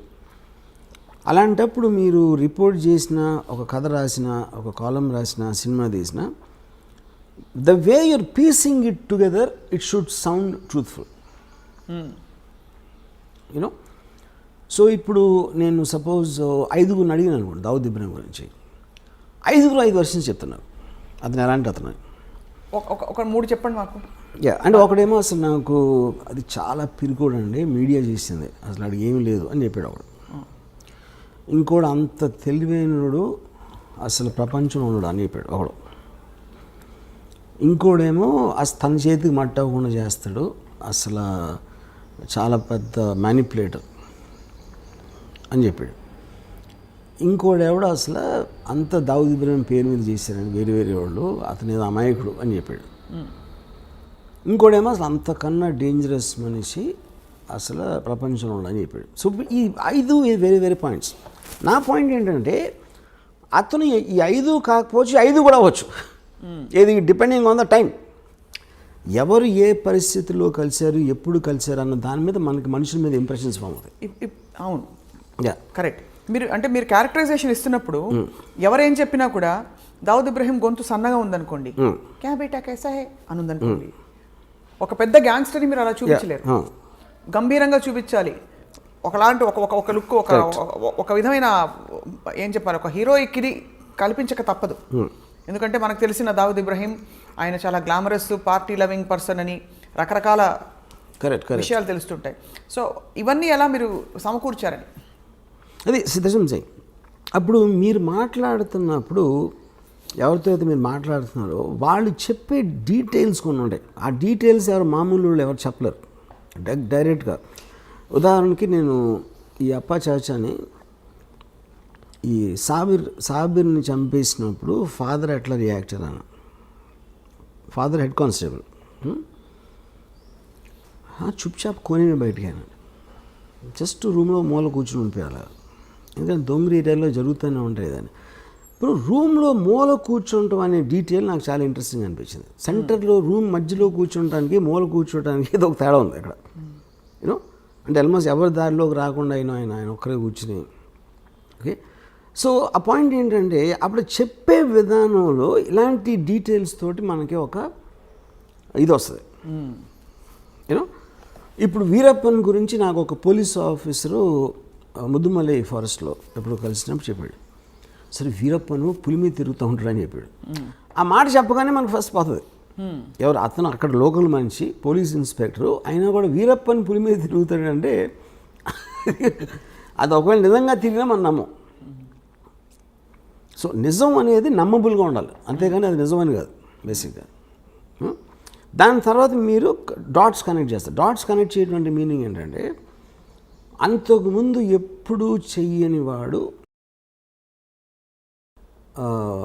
సడన్గా ఇది ఎలా చేశాడు, దీనికి దానికి మధ్య ఏం జరిగింది అని ఒక వర్షన్ ఉండొచ్చు, ఏం జరిగి ఉంటుందని మీ ఇమాజినేషన్ ఉంటుంది. ఆ ఇమాజినేషన్ మీరు అవతల వాళ్ళకి చెప్పినప్పుడు అవునేమో అని ఆడు అంటాడు ఒకసారి. ఎందుకంటే ఇప్పుడు నేను ఉన్నాను అనుకోండి, కొంతమంది అని జీనియస్ అంటారు, కొంతమంది ఏమో పెచ్చోడు అంటారు, కొంతమంది అసలు ఏంటి ఏం మాడతాడు ఆడే వాగుతాడు ఏదో అంటారు. But the point is like ఇందాక నేను చెప్పినట్టు మనలో ప్రతి ఒక్కరికి అలా వేరే వేరే వర్షన్స్ ఉంటాయి. Right. So finally we will decide to believe one version and that will be your film is that will be the truth. Yeah. But ఇతర విషయాలు దావుద్ ఇబ్రాహిం వ్యక్తిగత జీవితం గురించి మీరు వీరప్పన్కి ప్రేమ కథ పెట్టారు. ఇప్పుడు ఈ సినిమాలో కూడా అలాంటి ప్రేమాయణాలు with his family. Because Dawood is a very woman man and he had affairs with a lot of women and he had affairs. ఎక్కడో మధ్యలో రకరకాల పుకార్లు వచ్చేవి. బాలీవుడ్లో కూడా ఆయనకి చాలా రిలేషన్షిప్స్, అఫైర్స్ ఉన్నాయి. పుకార్లు ఏం కదా, ఉన్నాయి. He actually was living with Mandakini, married Mandakini for nearly 10 years. Yeah. What was the last time we heard of Dawood Ibrahim in అంటే ఆయన జాడలు కానీ? We are hearing it now, right now. Yes. Because of the Sachin Vajay connection. Yes. So మరి ఈ టైంలో ఇంత సున్నితమైన ఈ విషయం మీద మీరు సినిమా తీస్తే మిమ్మల్ని దేశద్రోహి అని ఎవరన్నా అంటే ముద్ర వేస్తే మీరు ఒప్పుకుంటారా? అదే ఇప్పుడు ఫస్ట్ ఆఫ్ ఆల్ దేశంలో దావుద్ ఇబ్రాహిం ఏం చేశాడు అని ఎవరికి తెలియదు. ఫస్ట్ మనకు ఒక ఫ్యాషన్ అయిపోయింది మాట్లాడితే దావుద్ ఇబ్రాహిం అని చెప్పడం. మీరు చెప్తే నమ్మరు, Dawood Ibrahim most wanted criminal in India for last 30-40 years. Okay, actual ఉన్న కేసులు రెండే. What are the 2 cases? ఒకటేమో సమద్ ఖాన్ అని ఒక మర్డర్ జరిగింది. సమద్ ఖాన్ని 4-5 కలిసి చంపారు. దాంట్లో దావూద్ ఉన్నాడు అనేది ఒక ఎలిగేషన్ ఉంది ఒకటి. రెండోది 93 బ్లాస్ట్. 93 బ్లాస్ట్లో accuse number 1 Bombay police charge sheet ప్రకారం. 13 years ట్రయల్ జరిగిన తర్వాత ఒక్క విట్నెస్ కానీ ఒక సర్కమ్స్టాన్షియల్ ఎవిడెన్స్ కానీ మటీరియల్ ఎవిడెన్స్ కానీ దొరకలేదు దావుద్ని లింక్ చేయడానికి. కానీ దావుద్ ఇంకా క్రిమినల్. ఎందుకు? అతను సమన్స్ ఆన్సర్ చేయలేదు కాబట్టి. సో ఇప్పుడు అతను వస్తే నేనే చేశాను అన్న ఒక ఎవిడెన్స్ ఉంది, కానీ ఇంకో కౌంటర్ ఎవిడెన్స్ అనేది ఇంపాసిబుల్ సృష్టించడం. సో ఒకవేళ తను వచ్చి లొంగిపోతే ఇమీడియట్ వదిలేసి వస్తుంది. ఓకే, వాళ్ళు ఏదో డీలే చేస్తారు ఇలాంటివన్నీ చేసి, బట్ తను రావాల్సిన అవసరం లేదు. సో బేసిక్గా మనం ఎంతసేపు తాగుదాం పెద్ద క్రిమినల్ ఏం చేసిండే ఎవరికి తెలియదు. కానీ ఏ క్రైమ్స్లో ఆయన actually involved other than all this? నాకు పర్సనల్గా నా రీడింగ్ ఏంటంటే, is a highly intelligent guy and he use crime in the beginning days to become legitimately successful. So తను దుబాయ్ షిఫ్ట్ అయిపోయిన తర్వాత ఈ కసినోస్ లేకపోతే హోటల్స్ ఇలాంటివన్నీ లీగల్ బిజినెస్ స్టార్ట్ చేసి ఈ was living very posh cars and big bungalows and sheikh తోటి lunch చేసాడు, దుబాయ్ షేక్ తోటి. యూనో ఆ స్టేజ్కి వెళ్ళిన తర్వాత అసలు క్రైమ్ చేసిన అవసరం లేదు. ఎవరైనా క్రైమ్ ఎందుకు చేస్తారు? There has to be some reason for to do that. Already తన సక్సెస్ 1986లో వచ్చిన తర్వాత why would be indulging in it? అలా చూస్తే అంటే పవర్కి అంత ఉంటుందా? అంత ఉండదు. కానీ అదే కానీ దాని తర్వాత if is legally making hundreds and thousands of crores, why would you do these cheap things like 50 lakhs? అంటే కిక్ కాదా? Is it not I mean that kind of getting that kind of power ని అవసరానికి వాడుకోవడం కూడా తప్పే. But what is ఇప్పుడు two different things. 93 before people used to take pride బాయ్ को जानता हूँ, బాయ్ ने డిన్నర్ भी बुलाया. ఈ పెద్ద వాళ్ళందరూ actually they use to flaunt their connections. Because అప్పుడు అండర్ వరల్డ్ ఏంటంటే it was more like a ఒక ఫ్లాంబాయింట్ థింగ్.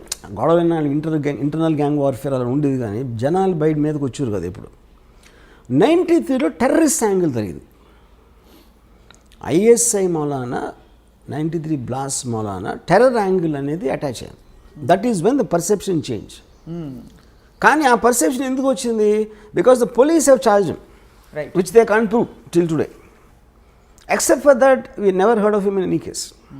ఓకే, తర్వాత ఇప్పుడు ఆల్రెడీ తను అనిల్ కపూర్, సంజయ్ దత్ లాంటి పెద్ద స్టార్స్ తన పక్కన ఉండి దుబాయ్ షేక్ తోటి లంచ్ చేస్తున్నాడు.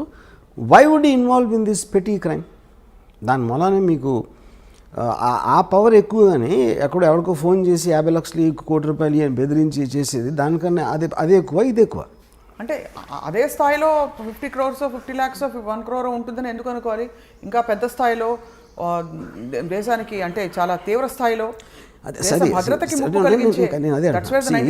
That is when the 93 blast happened. 93 బ్లాస్ట్లో బికాజ్ 92 డిసెంబర్లో చాలామంది ముస్లిమ్స్ని శివసేన వాళ్ళు చంపేశారు అయోధ్య తర్వాత. వాటికి పగ తీర్చుకోవటానికి వీళ్ళందరూ వెళ్ళి కాళ్ళ మీద పడిపోయి బాంబేలో మమ్మల్ని బతకనివ్వరు అని మొత్తం బైకలా దొంగరి మహమ్మద్ అలీ రోడ్లో ఉన్న ముస్లిమ్స్ మాకున్న దైవం ఒక్కడవే అని చెప్తే ఆ ఎమోషన్లో పగ తీర్చుకోవటానికి ఈ సీరియల్ బ్లాస్ట్ చేసాడు అనేది జనరల్ బిలీఫ్. ఇది when the police the first part of it is also general belief.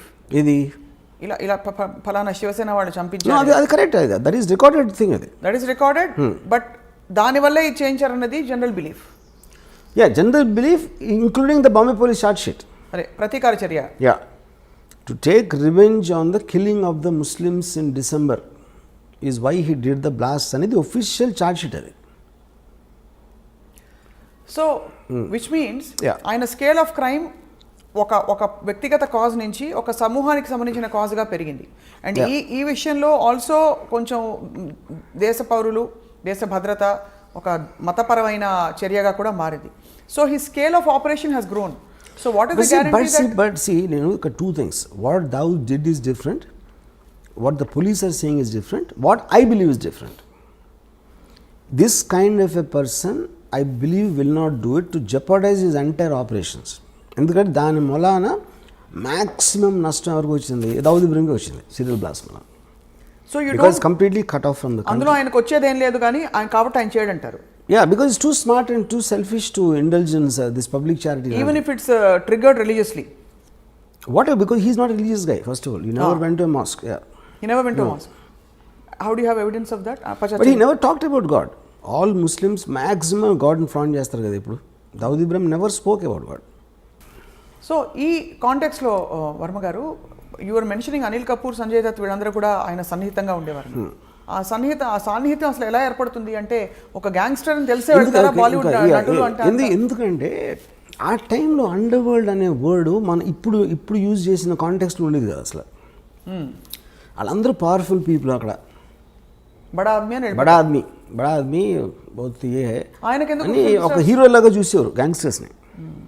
వీళ్ళు హీరోలు అందరూ కూడా సిటీలో. ఇప్పుడు ఫర్ ఎగ్జాంపుల్ పరిటాల రవి ఉన్నారు. Paritala Ravi very violent and dangerous గా అంటారు.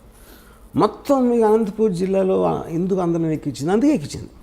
కానీ ఇక్కడ తేడా ఏమొస్తుందంటే వర్మ గారు, ప్రధానంగా ఒక అబ్స్కాండింగ్ ఇలాంటి క్రిమినల్కి, ఒక పొలిటికల్ ఫేస్ ఉండే ఒక తీవ్రమైన వ్యక్తికి there is a big difference. ఈ మనిషి అందుబాటులో ఉన్నారు, ఈ మనిషి తప్పించుకుని వెళ్తారు కాబట్టి ఎక్కడున్నాడో తెలియదు. ఈచ్ పర్సన్ తను ఉన్న పొజిషన్, తను ఉన్న సిచ్యువేషన్లో తనకు అనుగుణంగా అడ్వాంటేజ్ తీసుకుంటాడు. పరిటాల రవి అనే మనిషి అనంతపూర్లో ఉన్నాడు. అనంతపూర్లో ఏమేమి మనకు వర్కౌట్ అయితే వేరే ఉంటాయి. దుబాయ్లో దావుద్ ఇబ్రాహిం అంటే తనకు వేరే వర్కౌట్ అవుతాయి. వీళ్ళకి ఉండే ఫ్యాసినేషన్ ఆయనకి ఫిల్మ్ స్టార్స్ పట్ల ఎందుకు ఉండేది fascination? That is very this because he deliberately wanted to give that colour to the gang. అంటే మనం వీధి రౌడీలాగా ఉండకూడదు, మనని రెస్పెక్ట్తో చూడాలి జనాలు. రెస్పెక్ట్తో ఎప్పుడు చూస్తారు? రెస్పెక్టబుల్ పీపుల్తో ఉన్నప్పుడు చూస్తారు.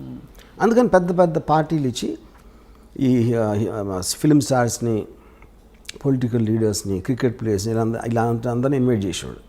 సో వాళ్ళ పక్కన నుంచున్నాడు కాబట్టి తనకు కూడా ఒక లెజిటిమసీ వచ్చేస్తుంది, which is a planned purpose I did that. Right. And ఎవరెవరు అంటే వెళ్ళకపోయే క్వశ్చన్ ఉండదు. ఆయన దావుద్ ఇబ్రాహిం పిలిచాక ఇంపాసిబుల్. రాము అని చెప్పడం. Very big man calls you in a nice way not to do a crime. ఎందుకు వెళ్ళరు మీరు? అంటే ఎందుకు క్రిమినల్స్తో మనకు ఎందుకు అని అనుకోవాలి కదా. అది అంటే ఇప్పుడు క్రిమినల్స్ అంటే ఇప్పుడు పిక్ పాకెట్ క్రిమినలే, దావుద్ ఇబ్రాహిం క్రిమినలే. కానీ తనకున్న ఇమేజు ఇప్పుడు ఎవ్రీబడి వాంట్స్ పవర్ఫుల్ ఫ్రెండ్స్. ఫలానా ఒకటి తెలిస్తే ఎప్పుడైనా మనకు పనికొస్తాడు. ఎప్పుడైనా మనం ఏం చేయట్లేదు, మనం క్రైమ్ చేయట్లా. రైట్. కానీ పవర్ఫుల్ పీపుల్ తెలియటంలో తప్పే ఉంది అని ఒక అట్రాక్షన్ అందరికీ ఉంటుంది. ఎప్పుడది పోయింది? 90 బ్లాస్ట్ తర్వాత పోయింది. Because that was murder of public innocent people. That was a terror incident. That is when everybody cut of their links with Dawood Ibrahim, which is the reason తను చాలా ఎఫెక్టెడ్ దానికి. అందుకే అలా ఎఫెక్ట్ అతను ముందే తెలుసు కాబట్టి అతను చేసి ఉన్నాడని నా బిలీఫ్. మీ సినిమాలో ఈ ఆస్పెక్ట్స్ అన్ని అడ్రస్ అవుతారా, చేస్తారా అసలు? Of course. అంటే ద 93 బ్లాస్ట్ ఆల్సో ఇవన్నీ they are going to be part of everything. Yes. And అది సీరియస్లో ఉండదు, సినిమాలో ఉండదు. సినిమాలో 1982-82 మధ్యలో ఉంటుంది స్టోరీ. సో ఎమర్జెన్స్ వరకు మీ సినిమా, కరెక్ట్. తర్వాత జరిగిన కార్యకలాపాలు అన్ని సిరీస్, అవన్నీ సిరీస్లో ఉండబోతున్నాయి. So how are you going to, అంటే ఇప్పుడు ఎంత మీరు నార్కోస్ లాంటివి చూసినా ఇది ఒక రియల్ లైఫ్ సంఘటన, అందులో మన దేశానికి సంబంధించిన సంఘటన. సరే మీరు దేశభక్తి ఉందే లేదు అని చెప్పినా కూడా ఎక్కడో అక్కడ మీకు కొంచెం ఉంటుంది కదా, అంటే ఒక విధమైన concern. How are you going to justify making a series on this? I am not telling first of all justifying that Dawood Ibrahim is good for the country or bad for the country. జరిగిన చూపెడతాను. Then it's up to the people. ఇప్పుడు నేను మన దేశానికి స్వాతంత్రం తెచ్చింది దావుద్ ఇబ్రాహిం చెప్పట్లేదు కదా నేను. What exactly he's I'm showing that. Right. It is like a documentation of a full story, correct. Story that shook up the entire country at one point of time. Right. Ram Gopal Varma గారు, దావుద్ ఇబ్రాహింని ఎప్పుడైనా కలిసే అవకాశం కానీ ఆలోచన కానీ మీకుందా? ఆయనకు ఈ సినిమా తర్వాత ఉంటుంది అనుకుంటారా? I don't think so. ఎందుకంటే Dawood Ibrahim is a highly secretive person. Last ఆ సీక్రెట్స్ మీరు బయట పెట్టేస్తున్నారు కదా ఈ సినిమాలో. కాదు, నేను తను ఇప్పుడు ఇంటరాక్షన్ నేను చెప్పేది 35 yearsలో తన ఒక ఫోటో బయట రాలేదు. ఎందువల్ల అంటారు? అది I'm very surprise actually. And ఒక వీడియో క్లిప్ కానీ ఒక ఫోటో కానీ. And also you're wrong in saying that people are searching for him. That's not true. ఒక పాయింట్ ఏంటంటే he is under another name in Pakistan. ఇప్పుడు ఇండియాకి పాకిస్తాన్కి ఎక్స్ట్రడిషన్ ట్రీటీ లేదు. సో ఇప్పుడు ఫర్ ఎగ్జాంపుల్ తోబిష్ అని ఒక ముస్లిం ఉన్నాడు అనుకోండి కరాచీలో, వాడు అక్కడే క్రైమ్ చేసి ఆడు వచ్చి హైదరాబాద్లో ఉన్నాడు అనుకోండి, మనం పట్టించుకుంటాం. మనం పాకిస్తాన్లో ఎవడో ఏదో చేస్తే మనం ఇప్పుడు క్రైమ్ అనేది ఇప్పుడు జ్యూరిస్డిక్షన్ మన దగ్గర ఉండి మన దగ్గర ఉన్నప్పుడు క్రైమ్ చేయాలి. సో ఎవరు చూడడం లేదంటారు, ఎవరు చూడలేదు. సో ఆయన ఎక్కడైనా ఎయిర్పోర్ట్ లోకి వచ్చి కనిపించలేతే మీ గోవా బీచ్ లో షూటింగ్ సెట్ పక్కన ఇండియాలో ఈజ్ వాంటెడ్ పర్సన్. అదే అడుగుతున్నా, ఇండియాలోనే చెప్పాను హీస్ వాంటెడ్ కదా. ఇండియాలో కాదు, మీరు ప్రపంచం అంతా ఎదుగుతున్నారు. అలా అంటే ప్రపంచం అంతా తిరిగి వెతుకుతున్నారని మన వాళ్ళు. They are going world around the world looking for him. No, they are not. They all believe that he is in Pakistan. He is known to be in Pakistan. Yeah. But they can't go into Pakistan, ante. Right. Which is why he is hiding there. But now he is actually in the form of your hero. మీ పాత్రగా ఇప్పుడు తెర ముందుకు వస్తుంది అయితే Dawood Ibrahim. So మీ పాత్రని ఇష్టపడతారా జనం, చూసి కష్టపెట్టుకుంటారా? See, anybody you see as a human being, you'll always tend to like him. ఎందుకంటే హ్యూమన్ బీయింగ్స్ ఎమోషన్ కనెక్ట్ అవుతారు, రైట్, లాజిక్ కనెక్ట్ అవుతారు, రేషనాలిటీ కనెక్ట్ అవుతారు, థాట్ ప్రాసెస్ కనెక్ట్ అవుతారు. ఇప్పుడు మీరు నార్కోస్ చూసారనుకోండి, పబ్లో ఎస్కోబార్ ముందు దావుద్ ఇబ్రహీం ఈజ్ నథింగ్. అంత పబ్లో ఎస్కోబార్ని మనం హ్యూమన్ బీయింగ్గా చూసినప్పుడు మనం ఒక 2 సీజన్స్ చూసాం కదా వరుస. ఎందుకంటే పబ్లో ఎస్కోబార్ మన లైఫ్ని డైరెక్ట్గా ఇంపాక్ట్ చేసినట్టు మనకు తెలియదు. బట్ వెంచువల్లీ మన లైఫ్ అంటే కంట్రీ కాదు కదా, eventually life. Number of people Pablo Escobar ఒక్కడిని చంపడానికి మొత్తం ప్లేన్ కూల్చాడు పబ్లో ఎస్కోబార్. అలాంటి మనిషి కూడా మీ దగ్గర నుంచి అతను రూమ్లో ఉన్నప్పుడు, అంటే సినిమా అనేది almost you are with him at that time. 100% you'll get emotional with anybody like that. మీరు ఇచ్చిన అనేక ఇంటర్వ్యూస్లో వర్మ గారు మీరే చెప్పారు, మనిషి ఎప్పుడు నెక్స్ట్ ఏమిటి అని వెళ్తూ ఉండే ప్రయాణం మనిషిది. ఇప్పుడు ఒక అత్యంత పవర్ఫుల్ అండ్ అత్యంత ఒక డబ్బులుండే పరిస్థితికి వచ్చేసిన ఒక క్రిమినల్ గ్యాంగ్స్టర్ మైండ్లో ఇప్పుడు ప్రపంచం పట్ల, దేశం పట్ల, లేదు మనుషుల పట్ల ఏం ఎమోషన్స్ ఉండుంటాయి, తర్వాత ఆయనకు వారసులు ఉన్నారా, ఇలాంటి డీటెయిల్స్ అన్ని కూడా మనకి బయటపడతాయి. ఒకటి, his daughter died because of malaria. అంత పెద్ద క్రిమినల్ కూతుర్ని ఒక దోమ వచ్చి చంపేసింది. ఓకే. ఇంకొక డాటరు మియాందాద్ అనే మన క్రికెట్ ప్లేయర్ గాట్ మ్యారీడ్. ఒక సన్ ఏమో మౌలానా అయిపోయాడు. ఈజ్ ఆల్మోస్ట్ లైక్ ఈక్వల్ పూజారి లాగా. పూజారి. But I think Dawood is a guy, I doubt he will have any familial. నేను విన్నది ఏంటంటే, ఇప్పుడు present lifestyle, he sleeps the whole day and is awake the whole night partying. Partying? Yeah, that's the only thing he does every day. He's not with Mandakini anymore? Mandakini eppudu telisi. Mandakini I think more than 20 years. Did they have kids together? Do we know of that? Mandakini has a son, everybody suspects it's Dawood Ibrahim's son, but she doesn't tell that. ఎవరితో మాట్లాడదు. చాలా ఇంట్రెస్టింగ్గా ఉంటుంది. మీరు ఎంత research చేశారు? ఎందుకంటే వాస్తవాలు, యథార్థాలు, కల్పితాలు ఉన్నా ముందు 4 యథార్థాలు దొరికితే 10 కల్పితాలను జోడించవచ్చు. ఇక్కడ దొరకడమే కష్టం, అన్ని ఊహాగానాలే.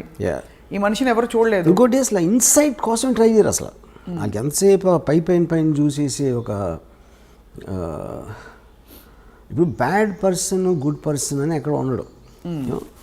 బ్యాడ్ పర్సన్ అంటే ఎందుకు బ్యాడ్ అయ్యాడు తెలుసుకోకుండా బ్యాడ్ అంటాం అనేది ఇట్స్ వెరీ సూపర్ఫిషియల్ జడ్జ్మెంట్. కానీ ఎందుకు బ్యాడ్ అయినా కూడా దేశద్రోహంలో కానీ, మనుషుల్ని చంపడంలో కానీ పాల్పడితే ఖచ్చితంగా అది ఫస్ట్ బ్యాడ్ అనేయాలి. తర్వాత మనం బ్యాడ్ ఎందుకు అయ్యాడని పిహెచ్డి చేసుకోవచ్చు. కానీ అన్నది that is what I'm saying. ఇప్పుడు క్రైమ్ అని లీగల్ సిస్టమ్ ఉన్నదే ఎందుకు, టోటల్ సొసైటీకి ఉన్న ఒక కంబైన్డ్ గుడ్ కోసం ఈ చేయకూడదు అని కొన్ని రూల్స్ పెట్టుకుంటాం. ఆ రూల్స్ని అధిగమించిన క్రిమినల్ అంటాం. That obviously is going to be. కానీ ఆ రూల్స్ని అడ్డు పెట్టుకుని వేరే వాళ్ళు they might do worse than that because they are smarter in different positions. అలాంటిది అవతల వాళ్ళు ఫీల్ అయినప్పుడు వాళ్ళు రెబెల్ అవుతారు. రెబెల్స్ అంటే ఏంటి? బేసిక్గా were thumbing the nose against the system. So వాళ్ళకి ఒక్కొక్కసారి పవర్ ఉండొచ్చు, వాళ్ళు బయటపడిపోవచ్చు, లేకపోతే జైల్లో ఉండొచ్చు. రైట్. సో ఇప్పటికే దాదాపు పెద్ద క్రిమినల్స్ అందరూ కవర్ అయిపోయారు వర్మ గారు.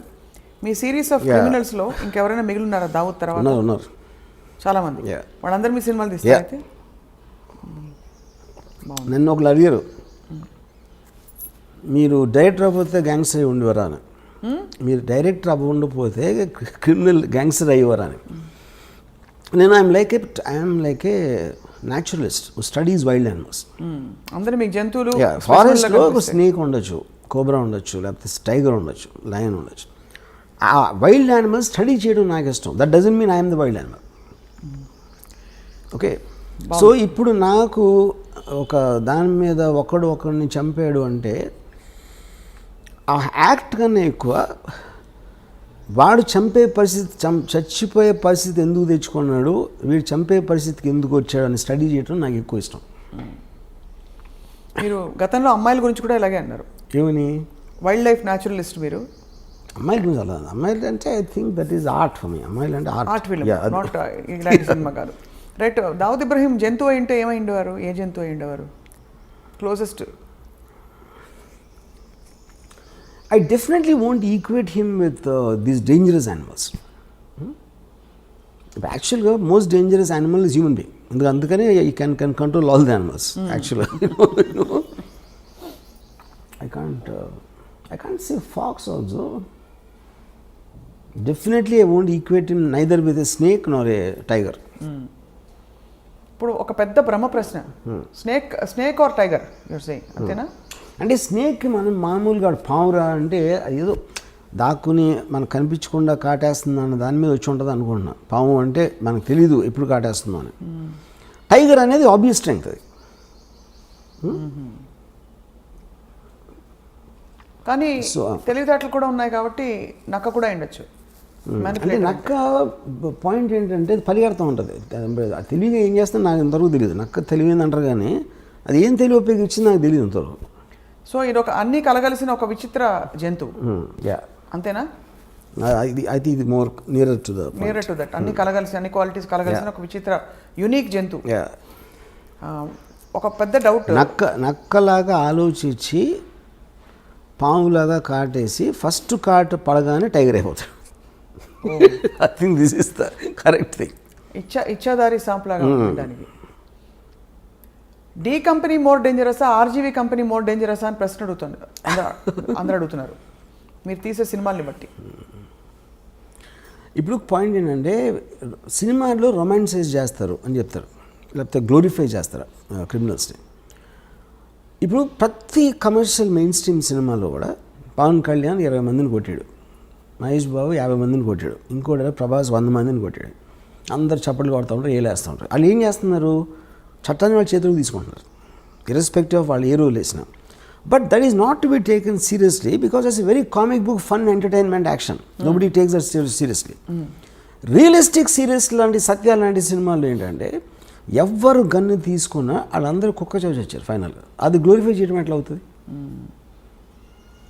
అది how am I romanticising? They all look very, అంటే మామూలు మనుషులాగా చూపెడుతున్నాను. You are connecting to them, not getting inspired by them. Okay, so this is a connection, not an inspiration. Clearly you are connecting to all these people, all your gangsters. You understand, అంటే మీరు you will understand. ఇప్పుడు ఇందాక నేను concentration example అది చెప్పాను, right? అలాంటి పరిస్థితుల్లో మీరు గార్డ్గా ఉన్నా మీరు ఏం చేస్తారు? అది point. Do you expect any resistance or political flurries on this film? I don't think so, because see, we make film on all lots of criminals. మీరు బుక్కులు రాస్తున్నారు, లేకపోతే డాక్యుమెంటరీస్ చేస్తున్నారు, ఎవరు సినిమా తీస్తున్నారు, ఏంటి డిఫరెన్స్? రైట్. సో మొత్తం మీద హిందీ భాషలో విడుదలవుతున్న సినిమా, ఆ తర్వాత వెబ్ సిరీస్ కూడా అనేక భాగాలలో దావుద్ ఇబ్రహీం కార్యకలాపాలపై వర్మ గారు రీసెర్చ్ చేసి మరి రూపొందిస్తున్నారు.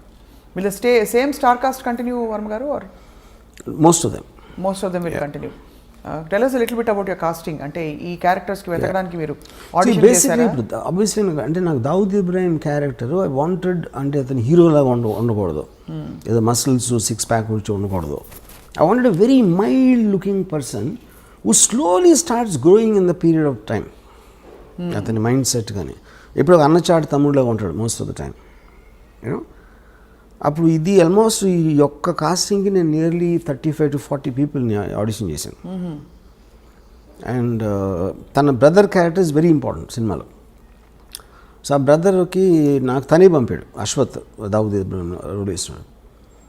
So look for this actor అంటే భలే ఉన్నాడు. ఎవరైతే అంటే నా తమ్ముడు ఉన్నాడు. In real life also their brothers. But ఈ ఎమర్జెన్స్ సినిమాలో మరి ప్రేమాయణాలు అవి ఉండవు, అయితే ఉండొచ్చు, ఉన్నాయి కానీ వెరీ లిమిటెడ్ టైం.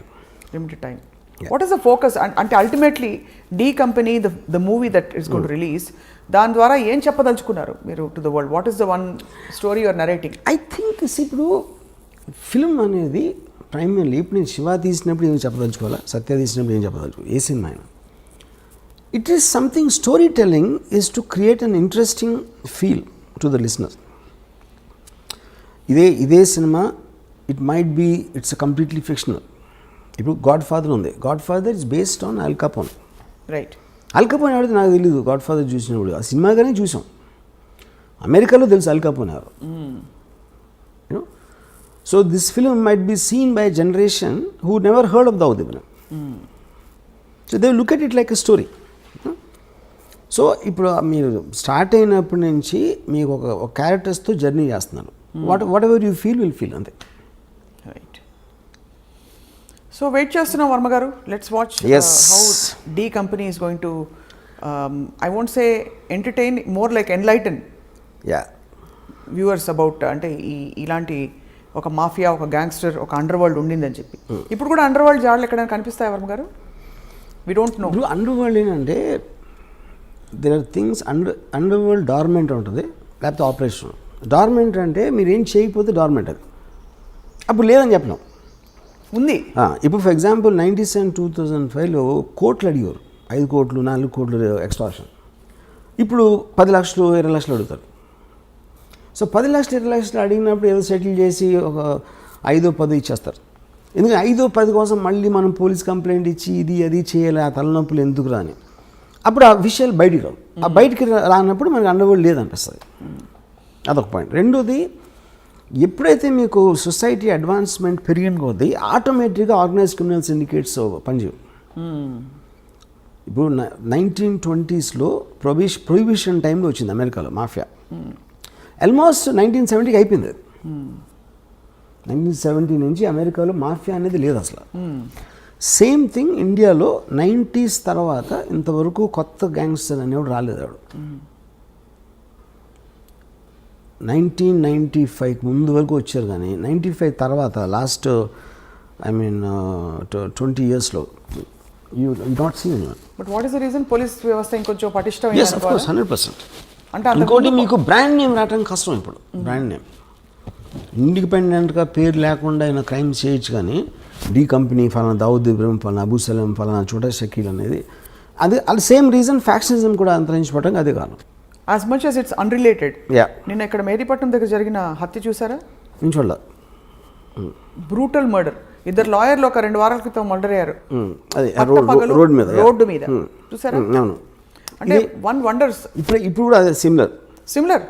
ఒక పవర్ స్ట్రగుల్లో ఒక వ్యక్తి వచ్చి, అఫ్ కోర్స్ అర్ధరాత్రి జరిగింది ఇది, ఇంకో వ్యక్తిని తలపై కటా కటా కటా కర్రేసి కొట్టేసి, అండ్ పొలిటికలీ కనెక్టెడ్ అని వినికిడి వస్తే ఇంకా అఫ్ కోర్స్ ప్రాథమికంగా బయటపడుతున్న విషయాలు. బట్ జస్ట్ నాకు ఇంకోటి ఏంటంటే, ఇప్పుడు లాస్ట్ ఫ్యూ ఇయర్స్లో ఈ రోడ్ల మీద చంపడం అనేది ఎన్నో సార్లు చూసాం, టూ మెనీ అయిపోయాయి.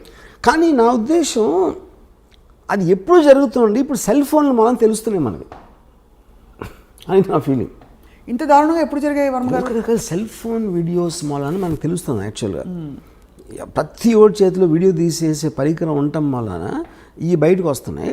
అంతకుముందు ఇలాగే జరుగుతుంది, అది ఉండి కొత్తగా రోడ్డు మీద చంపుదాం అని ఒక fresh batch of thinking. I doubt that is the point.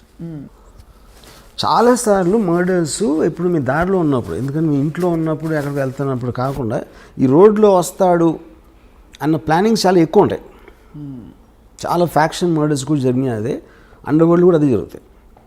I think it is cell phones which are making us feel ఏదో ఈ మధ్యన స్టార్ట్ అయినాయి అన్నట్టు. రైట్. యా, వర్మ గారు మీరు పాడిన పాట మా కోసం బిఫోర్ వి వైండ్ అప్, చాలా ఫిలసాఫికల్ పాట, కత్తులతో సావాసం తర్వాత. हम आते हैं खाली हाथ, जाते हैं खाली हाथ. అది అంతే ఫిలసాఫికల్గా డీప్గా పాడారు. No but it is actually quite surprising to see. ఒక సీరియస్ సబ్జెక్ట్కి మీరు ఎంత ఆబ్జెక్టివిజం, ఎక్కడ ఎమోషన్ ఇంటర్ఫియర్ కాకుండా ఆబ్జెక్టివ్గా ఒక కథని కథగా చూసి, ఒక వాస్తవాన్ని ఎన్ని అవాంతరాలు, సవాళ్ళు, క్వశ్చన్స్, క్రిటిసిజం వస్తాయని తెలిసి కూడా మీరు నేను చేసి తీరుతానని చెప్పి మరొకసారి ప్రూవ్ చేశారు. సో ఈ సినిమా అదే స్థాయిలో సో నేను ఇందాక చెప్దామని మర్చిపోయాను. నాకు ఇప్పుడు నేను క్రిమినల్ అవ్వలేను, ఇప్పుడు అవ్వను.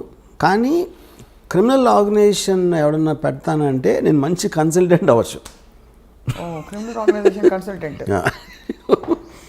అప్పుడు ఎవరెవరు కాదు, ఏ గ్యాంగ్స్టర్స్ ఏ తప్పులు చేశారు అది మనకి రిట్రాస్పెక్ట్లో చూసాం కాబట్టి ఆ కారణాలు అర్థమైనాయి కాబట్టి ఇలాంటివి చేయకుండా ఉండాలి, ఇలాంటి సజెషన్లు. అలా కాకుండా పోలీసులకి ఇవ్వచ్చు కదా సలహాదారుగా, సలహాలు పోలీసులకి ఇవ్వచ్చు కదా. అంటే కాదు, ఫస్ట్ ఆఫ్ ఆల్ పోలీసు కూడా ఇస్తాం. పాయింట్ ఏంటంటే పోలీసులు క్రియేట్ జరిగేది క్రిమినల్ ఆర్గనైజేషన్. ఇప్పుడు ఎవడో కొత్తగా కూడా కంపెనీ పెడదాం అనుకుంటున్నాడు, వాడు కన్సల్టెన్సీకి వెళ్తాడు. ఎందుకంటే కన్సల్టెన్సీ ఇలాంటి కంపెనీలు ఎన్నో ఉన్నాయి, వాడి హిస్టరీ ఏంటి, బ్యాక్గ్రౌండ్, ఆ మటీరియల్ అంతా ఆడి దగ్గర ఉంటుంది. ఆడు చెప్తాడు ఏది చేయాలి చేయకూడదని ఏదో సలహాలు వేస్తాడు, which is why it's called consultancy. అది నేను మంచి కన్సల్టెంట్ అవుతాను, కొత్తగా ఎవడన్నా దావుద్ ఇబ్రహీం అవుదాం అనుకుంటే అని. మీరు ఆ సేవల్ని మీరు అందించడానికి సిద్ధంగా ఉన్నారు ఈ రీసెర్చ్ అంతా చేసిన తర్వాత. మీరే ఎందుకు పెట్టరు అసలు? నేను that's the whole point. My interest is to study the criminal psychology. తలకాయ నొప్పని చేయరా అంటే అవన్నీ సరే. And I believe it doesn't work. First of all, crime doesn't work 99.9% of the time. ఏదో ఒకళ్ళు ఇద్దరు సక్సెస్ఫుల్ అయిపోయి బయటకు వచ్చేయడానికి ఛాన్స్ ఉంది, కానీ all of them will either die or end up in jail for sure. And you don't like both? Yeah, why should I? I'd rather really study them and make films. Yeah. So మీరు వాళ్ళకంటే తెలివైన వారు, వాళ్ళ కథల్ని వాడుకుని ఇష్టం వచ్చిన పద్ధతిలో మీరు సినిమాలు తీసి మీరు making money, making a name for your self and creating a controversy and remaining in the centre of things when the actual criminal who gave you the story is not around. So most తెలివైన model Ram Gopal Varma గారిది. Yes sir. So on that note, criminals వేరే వాళ్ళ మీద బతుకుతా ఉంటే నేను criminals మీద బతుకుతున్నా. అదే అదే దిగులు వస్తుంది. ఇన్ఫాక్ట్ నాకు ఎవరంటే వై దావుద్ ఇబ్రహీం అంటే because I owe my living to him అని చెప్పి. దావుద్ ఇబ్రహీం అని వాడు పట్టకపోతే నేను గ్యాంగ్స్టర్ సినిమాలు చేయగలిగాను. గ్యాంగ్స్టర్ సినిమాలు చేయలేకపోతే అసలు నాకు starting from Shiva to Satya to Company to D Company ఆయన ఒక్కడే స్ఫూర్తా? Underworld came from him. అది నా పాయింట్. సో ఫస్ట్ మీ క్రిమినల్ ఇన్ఫ్లుయెన్స్ మీ మీద ఆయనదే. మీ ఇంట్లో ఫోటో ఉంది, ఆయన పూజ చేసుకుంటారేమో అని. ఫోటో మొత్తం నా మైండ్ అంతా అదే ఉంది. నా హృదయంలో ఉన్నాడు. హృదయంలో ఎవరో వచ్చి ఇప్పుడు మీ ఆఫీస్ మీద దాడి చేస్తారేమో అని భయంగా ఉంది. బాగా తెలుసు చెప్పేస్తారేమో మీరు. చాలా మంది నమ్ముతారు అది. నీకు తెలిసేనా? యాక్చువల్లీ నేను ఇంకా నమ్ముతున్నాను. అంటే నేను ఇంకా నాకు ఎక్కడో లేలగా డౌట్ ఉంది. అంటే ఈ సినిమా తీయించినవి ఎలాగో ఎంప్లాయర్స్ ఎవరో తెలియదు కదా ఈ మోడల్లో. తెలియదు ఎవరు పెట్టుబడి పెట్టించి ఆ చిన్న బుజ్జి సరదా వర్మగారి చేత సినిమా తీయించుకుందామని సరదా తీర్చుకుంటున్నారేమో అని. సలీం ఫ్రూట్ అని ఒక ఈజ్ యాక్చువల్లీ చోటా షకీల్స్ బ్రదర్ ఇన్ లా. అతను కలిసాను బాంబేలో. నేను దావుద్ ఇబ్రహీం గురించి మాట్లాడుతూ ఉంటే తన ఎక్స్ప్రెషన్ అదేంటి చూస్తున్నాడు.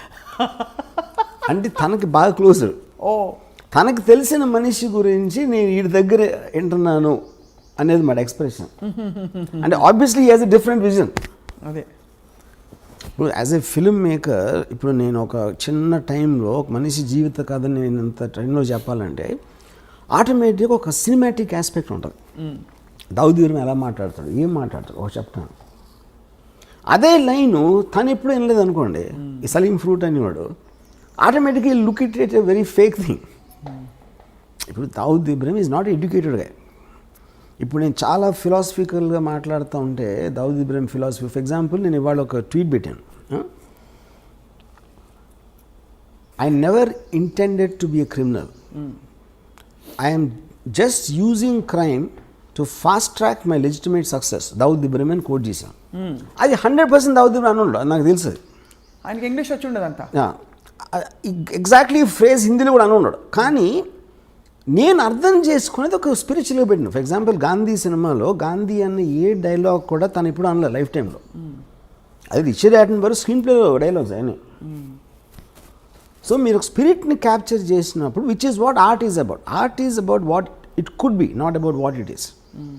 ఒక మనిషి థాట్ గంటలో చెప్పింది మీరు ఒక కోట్లో వచ్చింది అనుకోండి, ఆ కోట్ ఏంటి పెద్ద స్పీచ్లో ఒకటి వస్తుంది లైన్, మీరు కోట్ ఒక్కటి హైలైట్ చేసినప్పుడు దాని ఇంపాక్ట్ ఎక్కువ ఉంటుంది. అవును. యా, ఇప్పుడు ఆ పెద్ద సీన్లో మళ్ళీ దానికి తిరిగి వస్తాను. మీ ఆత్మంతా బయట పెట్టిన ఆ ఒక్క డైలాగ్, యా, ఇతను దొంగగా ఎందుకు మారాడో దాని వెనకాల పెద్ద కథ ఉంది. Yeah. Sridevi actually every criminal will have the very similar story.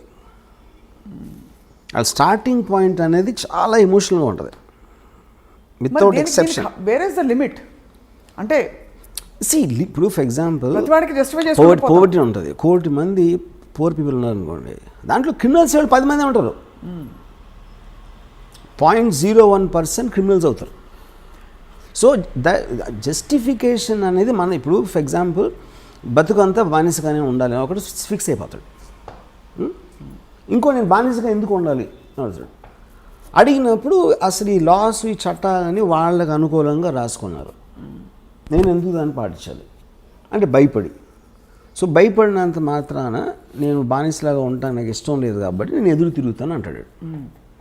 అది ఈచ్ పర్సన్. అప్పుడు సొసైటీకి ఉన్న బలంతో వాడు ఎదురుకి తిరిగినప్పుడు వాడిని నొక్కేస్తారు. నొక్కలేకపోతే ఇంకా ఎదుగుతాడు, ఇంకెప్పుడూ నొక్కుతారు, లేకపోతే ఒక్కొక్కసారి నొక్కడానికి ఛాన్స్ ఉండదు. సో ఈ ఎబిరేషన్స్ ఈ కాన్ఫ్లిక్ట్స్ అనేవి మనకు రోజు జరుగుతూ ఉంటాయి. మన ఇన్ని సంవత్సరాలు ఇన్ని వందల వేల సంవత్సరాలు ఉన్నా కూడా ఇంకా మనం క్రైమ్తో దెబ్బలాడుతున్నాం అంటే అలాంటి మైండ్ సెట్స్ అని ఎప్పుడు పావు. అది పాయింట్. కానీ it also reflects on the system of law and order in the country. అంటే ఇలాంటి ఆఫ్ కోర్స్ మీకు ఎక్కడైనా ఫర్ ఎగ్జాంపుల్ మనకి 2010 వరకు the underworld was very very operative in India. 1970లో అమెరికాలో పోయిందని చెప్పి అన్నారు. So that absolutely depends upon the country's advancement. సో ఇప్పుడు భారతదేశం అడ్వాన్స్డా కదా క్రైమ్ని కర్బ్ చేయడం? It might be far more better than Venezuela, maybe Pakistan, maybe some other country, but not as much as America. Yeah. But actually objectively what do you think of how we have curbed crime? See, every country is advancing rapidly. కేవలం మనకి ఇప్పుడు social media మూలాన ఈ cell phone videos మూలాన మనకు ఒక ఇది వస్తుంది, ఈ ఫీలింగ్ వస్తుంది, తెగ జరిగిపోతున్నాయి అసలు మర్డర్స్ అని. కానీ మీరు సెన్సస్ స్టాటిస్టిక్స్ తీసుకుంటే I'm sure it won't be the case. ఇప్పుడు అనంతపూర్లో 20 years బ్యాక్ కడప అనంతపూర్ డిస్ట్రిక్ట్లో number of murders I'm sure 10% కూడా ఉండవు ఇప్పుడు. కానీ ఎక్కువగా హైలైట్ అవుతాయి అంతే, because of the media. So Dawood Ibrahim గ్యాంగ్స్టర్ని ఇండియా వెతుకుతున్నప్పుడు ఇండియాలో పట్టుబడి ఆయన జైలుకి వెళ్తే మీరు సంతోషించారా? మీకు ఏ ఫీలింగ్స్ ఉండవా? ఏ ఫీలింగ్స్ ఉండవు. ఎందుకంటే because I'm like I said, I'm a studier of the underworld. I don't have an emotional connection with them. But you are also a citizen of the country, sir. Yeah. So you don't have any emotions for a man being caught? Yeah, because like I said, ఇందాక చెప్పాను కదా, ఒక మనిషి ఇంకొకరిని చంపే పరిస్థితి వీడికి ఎందుకు వచ్చింది, చచ్చిపోయేంత పరిస్థితి వాడికి ఎందుకు వచ్చింది, ఈ ఒక్కదాని మీద నాకు ఇంట్రెస్ట్ ఉంటుంది. Because I don't want to be judgmental on things which I did not experience myself. Are you judgmental about things at least you experienced? My experience అంటే మీ లైఫ్లో మీకు ఎప్పుడైనా భయాలు, ఏ మనిషి అయినా వాడు అది చేసినప్పుడు వాడికి ఒక కన్విక్షన్తో చేస్తాడు, యూనో.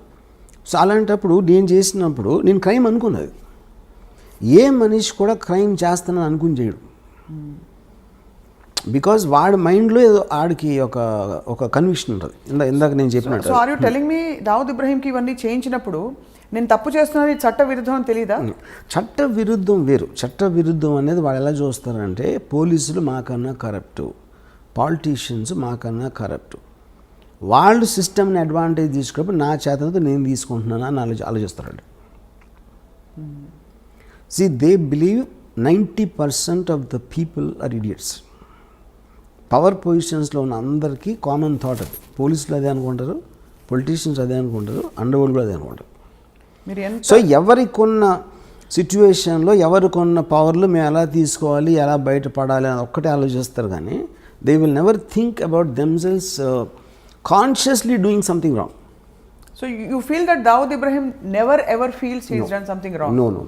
No అంటే way. despite the fact that the whole country is looking for him, See, whole he is under country, radar. whole country is a very media whole world. country అంటే అది దాన్ని See, అది సంబంధం లేని వాళ్ళు ఆలోచిస్తాను, వాళ్ళు ఆలోచిస్తారు. ఇప్పుడు మన ఇద్దరం ఉన్నాం, మనకి ఏంటి అండర్ వరల్డ్ ఏం కనెక్షను? ఇప్పుడు ఈ కెమెరామెన్కి ఏం connection? Then he never touched any part of our life. Okay, so they don't care about us. వాళ్ళు డైరెక్ట్గా ఇన్వాల్వ్ అయిన వాళ్ళు, అది పోలీస్ ఆఫీసర్లా, ఏదో బిజినెస్ మ్యానా, వాళ్ళ దాని మీద వాళ్ళ మనలాగే మీరు ఇంటికి వెళ్ళినప్పుడు మీ ఫ్యామిలీ, మీకు ఉన్న ఇమీడియట్ కలీగ్స్, వాళ్ళు తప్పిస్తే మిగతా ప్రపంచం, మిగతా హైదరాబాద్ సిటీకి మనకేం కనెక్షన్ అసలు? నిజంగా అంత డిటాచ్డ్గా డిస్కనెక్టెడ్గా ఉంటారు మనిషి. అందరూ ఉంటారు, వాళ్ళే కాదు. మనిషి అన్నవాడు ఎప్పుడు వాడి పరిధిలోంచి బయటికి వెళ్ళి వాళ్ళు ఏమనుకోండి, వాళ్ళ పరిధిలో ఉన్న వాళ్ళ గురించి ఆలోచిస్తారు మ్యాక్సిమం, అది అప్పర్ లిమిట్. సో ఈ బిఫోర్ అంటే వైండప్ చేసే మేము ఒక చిన్న ఎగ్జాంపుల్ చెప్తాను. చెప్పండి. చోటా రాజాను ఒక మనిషి సౌత్య అని, అతను బాగా ఒక అంటే ప్రాటజీ అన్నమాట, ఆల్మోస్ట్ తమ్ముడిలాగా చూసుకున్నాడు.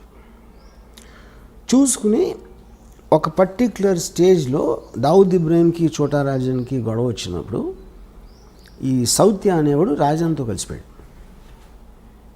కలిసి చోటా రాజాని చంపడానికి ప్లాన్ చేసి, ఆ ప్లాన్ ఏమో వర్కౌట్ అవ్వలేదు. చోటా రాజాని పారిపోయాడు. పారిపోయిన తర్వాత ఇదంతా దుబాయ్లో జరిగింది. దుబాయ్లో చోటా రాజాని కోపంతో వాడు నేను తీసుకొచ్చి ఆయన అంత పొజిషన్ ఇస్తే నన్ను చంపడానికి ట్రై చేసి దావుద్ బాయ్తో చేతులు కలుపుతాడు, ఆయన చంపి తీరాలని. పక్కన వాళ్ళందరూ ఇంపాసిబుల్, అది దుబాయ్లో ఉన్నాడు, మీరు దుబాయ్లో అనే మర్డర్ అనేది ఎప్పుడు జరగలేదు.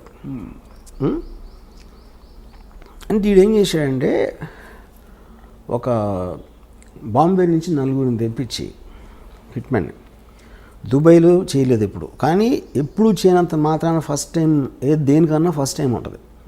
దావుద్ బాయ్కి పవర్ ఉంటే నాకు ఉన్నాయి కాంటాక్ట్స్ దుబాయ్లో. నేను మొత్తం అన్ని అరేంజ్ చేస్తాను. మీరు వెళ్ళి హాలిడే లాగా వెళ్ళండి దుబాయ్, అక్కడ నా వాళ్ళు వచ్చి సౌత్యాన్ని ఎలా చంపాలో వాళ్ళు ఎక్స్ప్లెయిన్ చేస్తారు. మీరు కన్విన్స్ అయితే చేయండి, చంపేసి మీరు తప్పించుకోగలుగుతామని కన్విన్స్ అయితే చేయండి, నేను చూసిన ప్లాన్ తర్వాత. లేదా మీరు హాలిడే ఎంజాయ్ చేసుకుని వెళ్ళిపోండి. ఇప్పుడు ఇంత డబ్బులు ఇస్తున్నా ఆల్రెడీ, మీరు సక్సెస్ఫుల్ అయ్యారంటే దీనికి 10 ఇస్తాను. ఒకవేళ అక్కడికి వెళ్ళి మీరు కన్విన్స్ అవ్వకపోతే మీరు తప్పించుకోగలుగుతానని, అప్పుడు మీరు హాలిడే ఎంజాయ్ చేసి వెళ్ళిపోండి, మళ్ళీ బాంబే వెళ్ళిపోండి. వీళ్ళు సరే వెళ్ళారు, దుబాయ్ వెళ్ళారు. అక్కడ చోటరాజు మనుషులు వచ్చి వాళ్ళకి 5 స్టార్ హోటల్ పెట్టి అంతా చేసి, అక్కడి నుంచి ఒక సాయంత్రం జిమ్, ఒక మాల్ ఉంది, మాల్లో బయట ఒక జిమ్ ఉంది. సౌత్య రోజు అక్కడికి వస్తాడు. వీళ్ళు కార్లో కూర్చొని చూశారు, అక్కడ లోపలికి వెళ్ళాడు. ఈ రాజన్ మనిషి తీసుకొచ్చి ఇక్కడి నుంచి మీరు ఈ కొంచెం ఇలా వెళ్ళి లెఫ్ట్కి తిరిగితే ఒక రోడ్డు ఉంది, ఆ రోడ్డు ఇంకో 100 మీటర్స్ చివరికి వెళ్ళి రైట్కి తిరిగితే ఇక్కడ ఒక రెడ్ వ్యాన్ ఉంది.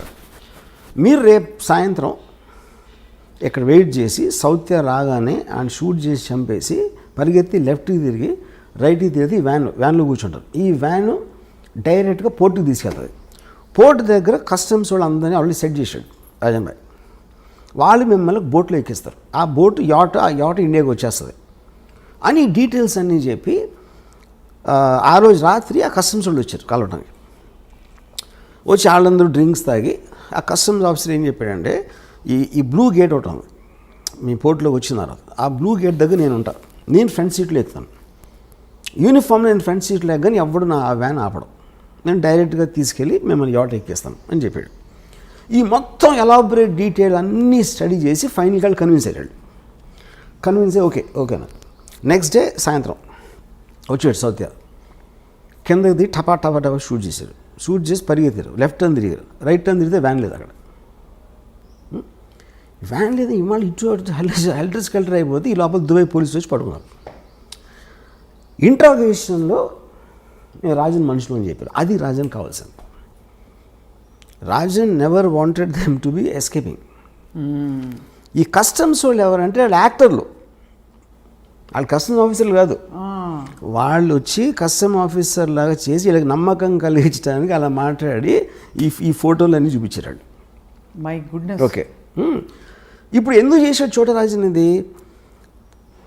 నన్ను మీరు చంపడానికి ట్రై చేసిన నా పొజిషన్లోకి వచ్చినోని దుబాయ్లో మీకు సెంటర్లో చంపానండి. అని డి కంపెనీకి మెసేజ్ పంపడానికి చేశాడు అది. అసలు మీరు ఓకే చెప్పేదండి ఇది అయిపోయింది కదా. నెక్స్ట్ చోటారాజను వీళ్ళ ఫ్యామిలీస్కి ఫోన్ చేసి ఈ నలుగురు ఉరిశిక్ష చేశారు దుబాయ్లో ఫస్ట్ మర్డర్ జరిగింది ఇదే దుబాయ్లో మొత్తం హిస్టరీలో. వీళ్ళ ఫ్యామిలీస్కి ఫోన్ చేసి నేను వాళ్ళకి అబద్ధం చెప్పిన మాట నిజం, ఎందుకంటే నాకు ఒక ప్రెస్టీజ్ క్వశ్చన్ వచ్చింది, నేను చేయాల్సిన అవసరం ఉంది, ఇలాంటి బిజినెస్లో ఎవరో ఒకరిని బలి ఇవ్వకపోతే మనం అనుకునేవి జరగవు. ఇప్పుడు వాళ్ళు మీకోసం మీ పిల్లలకి మీ ఫ్యామిలీస్కి ఎంత మీకు డబ్బు అవసరం అవుతుందో వాళ్ళు సంపాదించి దానికి 2 ఎంతలు నేను ఒక్క షాట్లో ఇస్తాను మీ నలుగురికి అని చెప్పి వాళ్ళు డబ్బు పంపించాడు. సో ఇప్పుడు ఇదంతా చూస్తే అసలు అది మీ జడ్జ్మెంట్ ఫ్యాక్టర్ ఏముంటుంది కదా చెప్పండి నాకు. అంటే డబ్బు పంపించడానికి మంచివాడు అయిపోతాంటారా? మంచోడు అది మీరు చెప్పాలి. కానీ ఎంత ఎమోషన్స్ వెనకాల ఉంటాయని ఎవరైనా ఊహిస్తాడు అసలు. అది నేను చెప్పేది, అది జస్టిఫికేషన్ కాదా నేను చెప్పట్లా. First of all their hit men ఎవరైతే వచ్చారో, డబ్బులు తీసుకుని చంపటానికి వచ్చే ఇలాంటి మనుషులు ఒక రకం, వాళ్ళకి ఫ్యామిలీస్ ఉండటం కూడా నిజమే, వాళ్ళకి పిల్లలు ఉండటం కూడా నిజమే, వాళ్ళు క్రైమ్లో లేరు, కానీ వాళ్ళ జీవనాలు వీళ్ళ మీద ఆధారపడి ఉన్నాయి. సో వీళ్ళకి అబద్ధం చెప్పి మోసం చేసి తన పని అవగొట్టుకుని వాళ్ళు దుబాయ్ జైల్లో ఉరిశిక్ష చేయించాడు. ఇది లేకపోతే చోటరాజన్ దగ్గర ఇంకోటి ఏముంటుంది చెప్పండి నాకు. మీకు ఉన్న ఆప్షన్స్, మీకు ఒక ఆబ్జెక్టివ్ ఉంది, ఆ ఆబ్జెక్టివ్లో మీకున్న బెస్ట్ ఆప్షన్ మీరు ఎత్తుక్కుంటారు, దాంట్లో ఎవరో ఒకళ్ళు హర్ట్ అవుతారు, ఎవరో ఒకళ్ళు బలైపోతారు, which is called collateral damage. ఇప్పుడు హిట్లరు సెకండ్ వరల్డ్ వార్లో లండన్ మీద బాంబు చేశాడు. ఎందుకు చేశాడు? యూకే బ్రిటిష్ ట్రూప్స్ స్టార్ట్ అయినాయి, ఆ బ్రిటిష్ ట్రూప్స్ మూవ్మెంట్ స్లో చేసేయాలి, బార్డర్కి తొందరగా రాకుండా. అందుకని లండన్ మీద బాంబు చేసి జనాలు భయపడి అందరూ బయటకు వచ్చేసి రోడ్లు అని బ్లాక్ చేసేస్తారని ఉద్దేశం అన్నమాట. ఇది వార్ స్ట్రాటజీ అంతే. దానికోసం మీరు ఇన్నోసెంట్ ప్రజల్ని చంపేస్తారని అదే పాయింట్ అక్కడ. ఇన్నోసెంట్ ప్రజలు అనేవాళ్ళు ఎప్పుడూ బలిపశువులు ఉంటారు, ఏ వార్లో అయినా ఎక్కడైనా సరే. అది 2020 అవ్వచ్చు, లేకపోతే 1720 అవ్వచ్చు. ఇది ఇంకా నేను మీకు ఉరికినాయి మన ఇంటర్వ్యూ కాబట్టి చాలా తక్కువ చెప్పాను. దీని యాక్చువల్ స్టోరీ చెప్తే కింద పడిపోతారు. ఇదంతా మీకు ఎవరు చెప్పారు? Course I M sources. You have your sources. అంటే డైరెక్ట్గా చోటారాజనే పిలిచి కూర్చోబెట్టి మీకు కప్పు కాఫీ ఇచ్చి చెప్పినట్టుగా అంత వివరంగా చెప్పారు. దీన్ని బట్టి ఇంకో విషయం కూడా అర్థమవుతుంది, గ్యాంగ్స్టర్స్కి మంచి స్క్రీన్ ప్లే ఉందని. Of course gangsters constantly drama, వాళ్ళంతా వైలెన్స్ అనేది మనం అనుకున్నది ఎక్కువ జరగదు అక్కడ. Mostly it is mind games. మనకి సినిమాల్లో టపా గన్ షాట్లు అవుతూ ఉంటాయి, it's not as much as what we think. ఎందుకంటే మీకు వాయిలెన్స్ ఎక్కువ జరిగితే అసలు యాక్చువల్ కంట్రోల్ లేదని అర్థం అవుతుంది. నిజంగా మీరు భయపడితే అండర్ వరల్డ్కి ఎవడో దాని నుంచి వాడికి దానికి ఎగెన్స్ట్కి వెళ్ళటానికి భయపడతారు. ఎగెన్స్ట్కి వెళ్ళటానికి లేనప్పుడు మీకు వాయిలెన్స్ ఉండదు అసలు. ఇలాంటి వ్యక్తులతో తీసిన సినిమాకి మీరు ఆతే హై కాలియాత్ జాతే హై కాలియాత్ అని ఫిలాసఫీ పెట్టేస్తారా? యా కరెక్టే కదా. ఫైనల్గా చోటరాజన్ జైల్లో ఉన్నాడు, వాళ్ళు పోయారు. ఆతే హై కాలియాత్ జాతే హై కాలియాత్ బీచ్ మే గన్ పకడ్తే హై, అంతే. అది స్టోరీ. గన్ ఒకటే కదా కదా పాయింట్. చాలామంది చాలా చేస్తారు, బిజినెస్లో ఓడిపోతారు, పొలిటికల్గా లూజ్ అవ్వచ్చు. People lose all kinds of things, not only the under world. But it is no wonder and no surprise that this is such a fascinating thing for you, because వింటూ ఉంటేనే అసలు ఇప్పుడే మీ సినిమా అంతా. యాక్చువల్గా ఈ Chhota Rajan episode it is one of the most striking things I heard. నేను 5% కూడా చెప్పాల యాక్చువల్గా.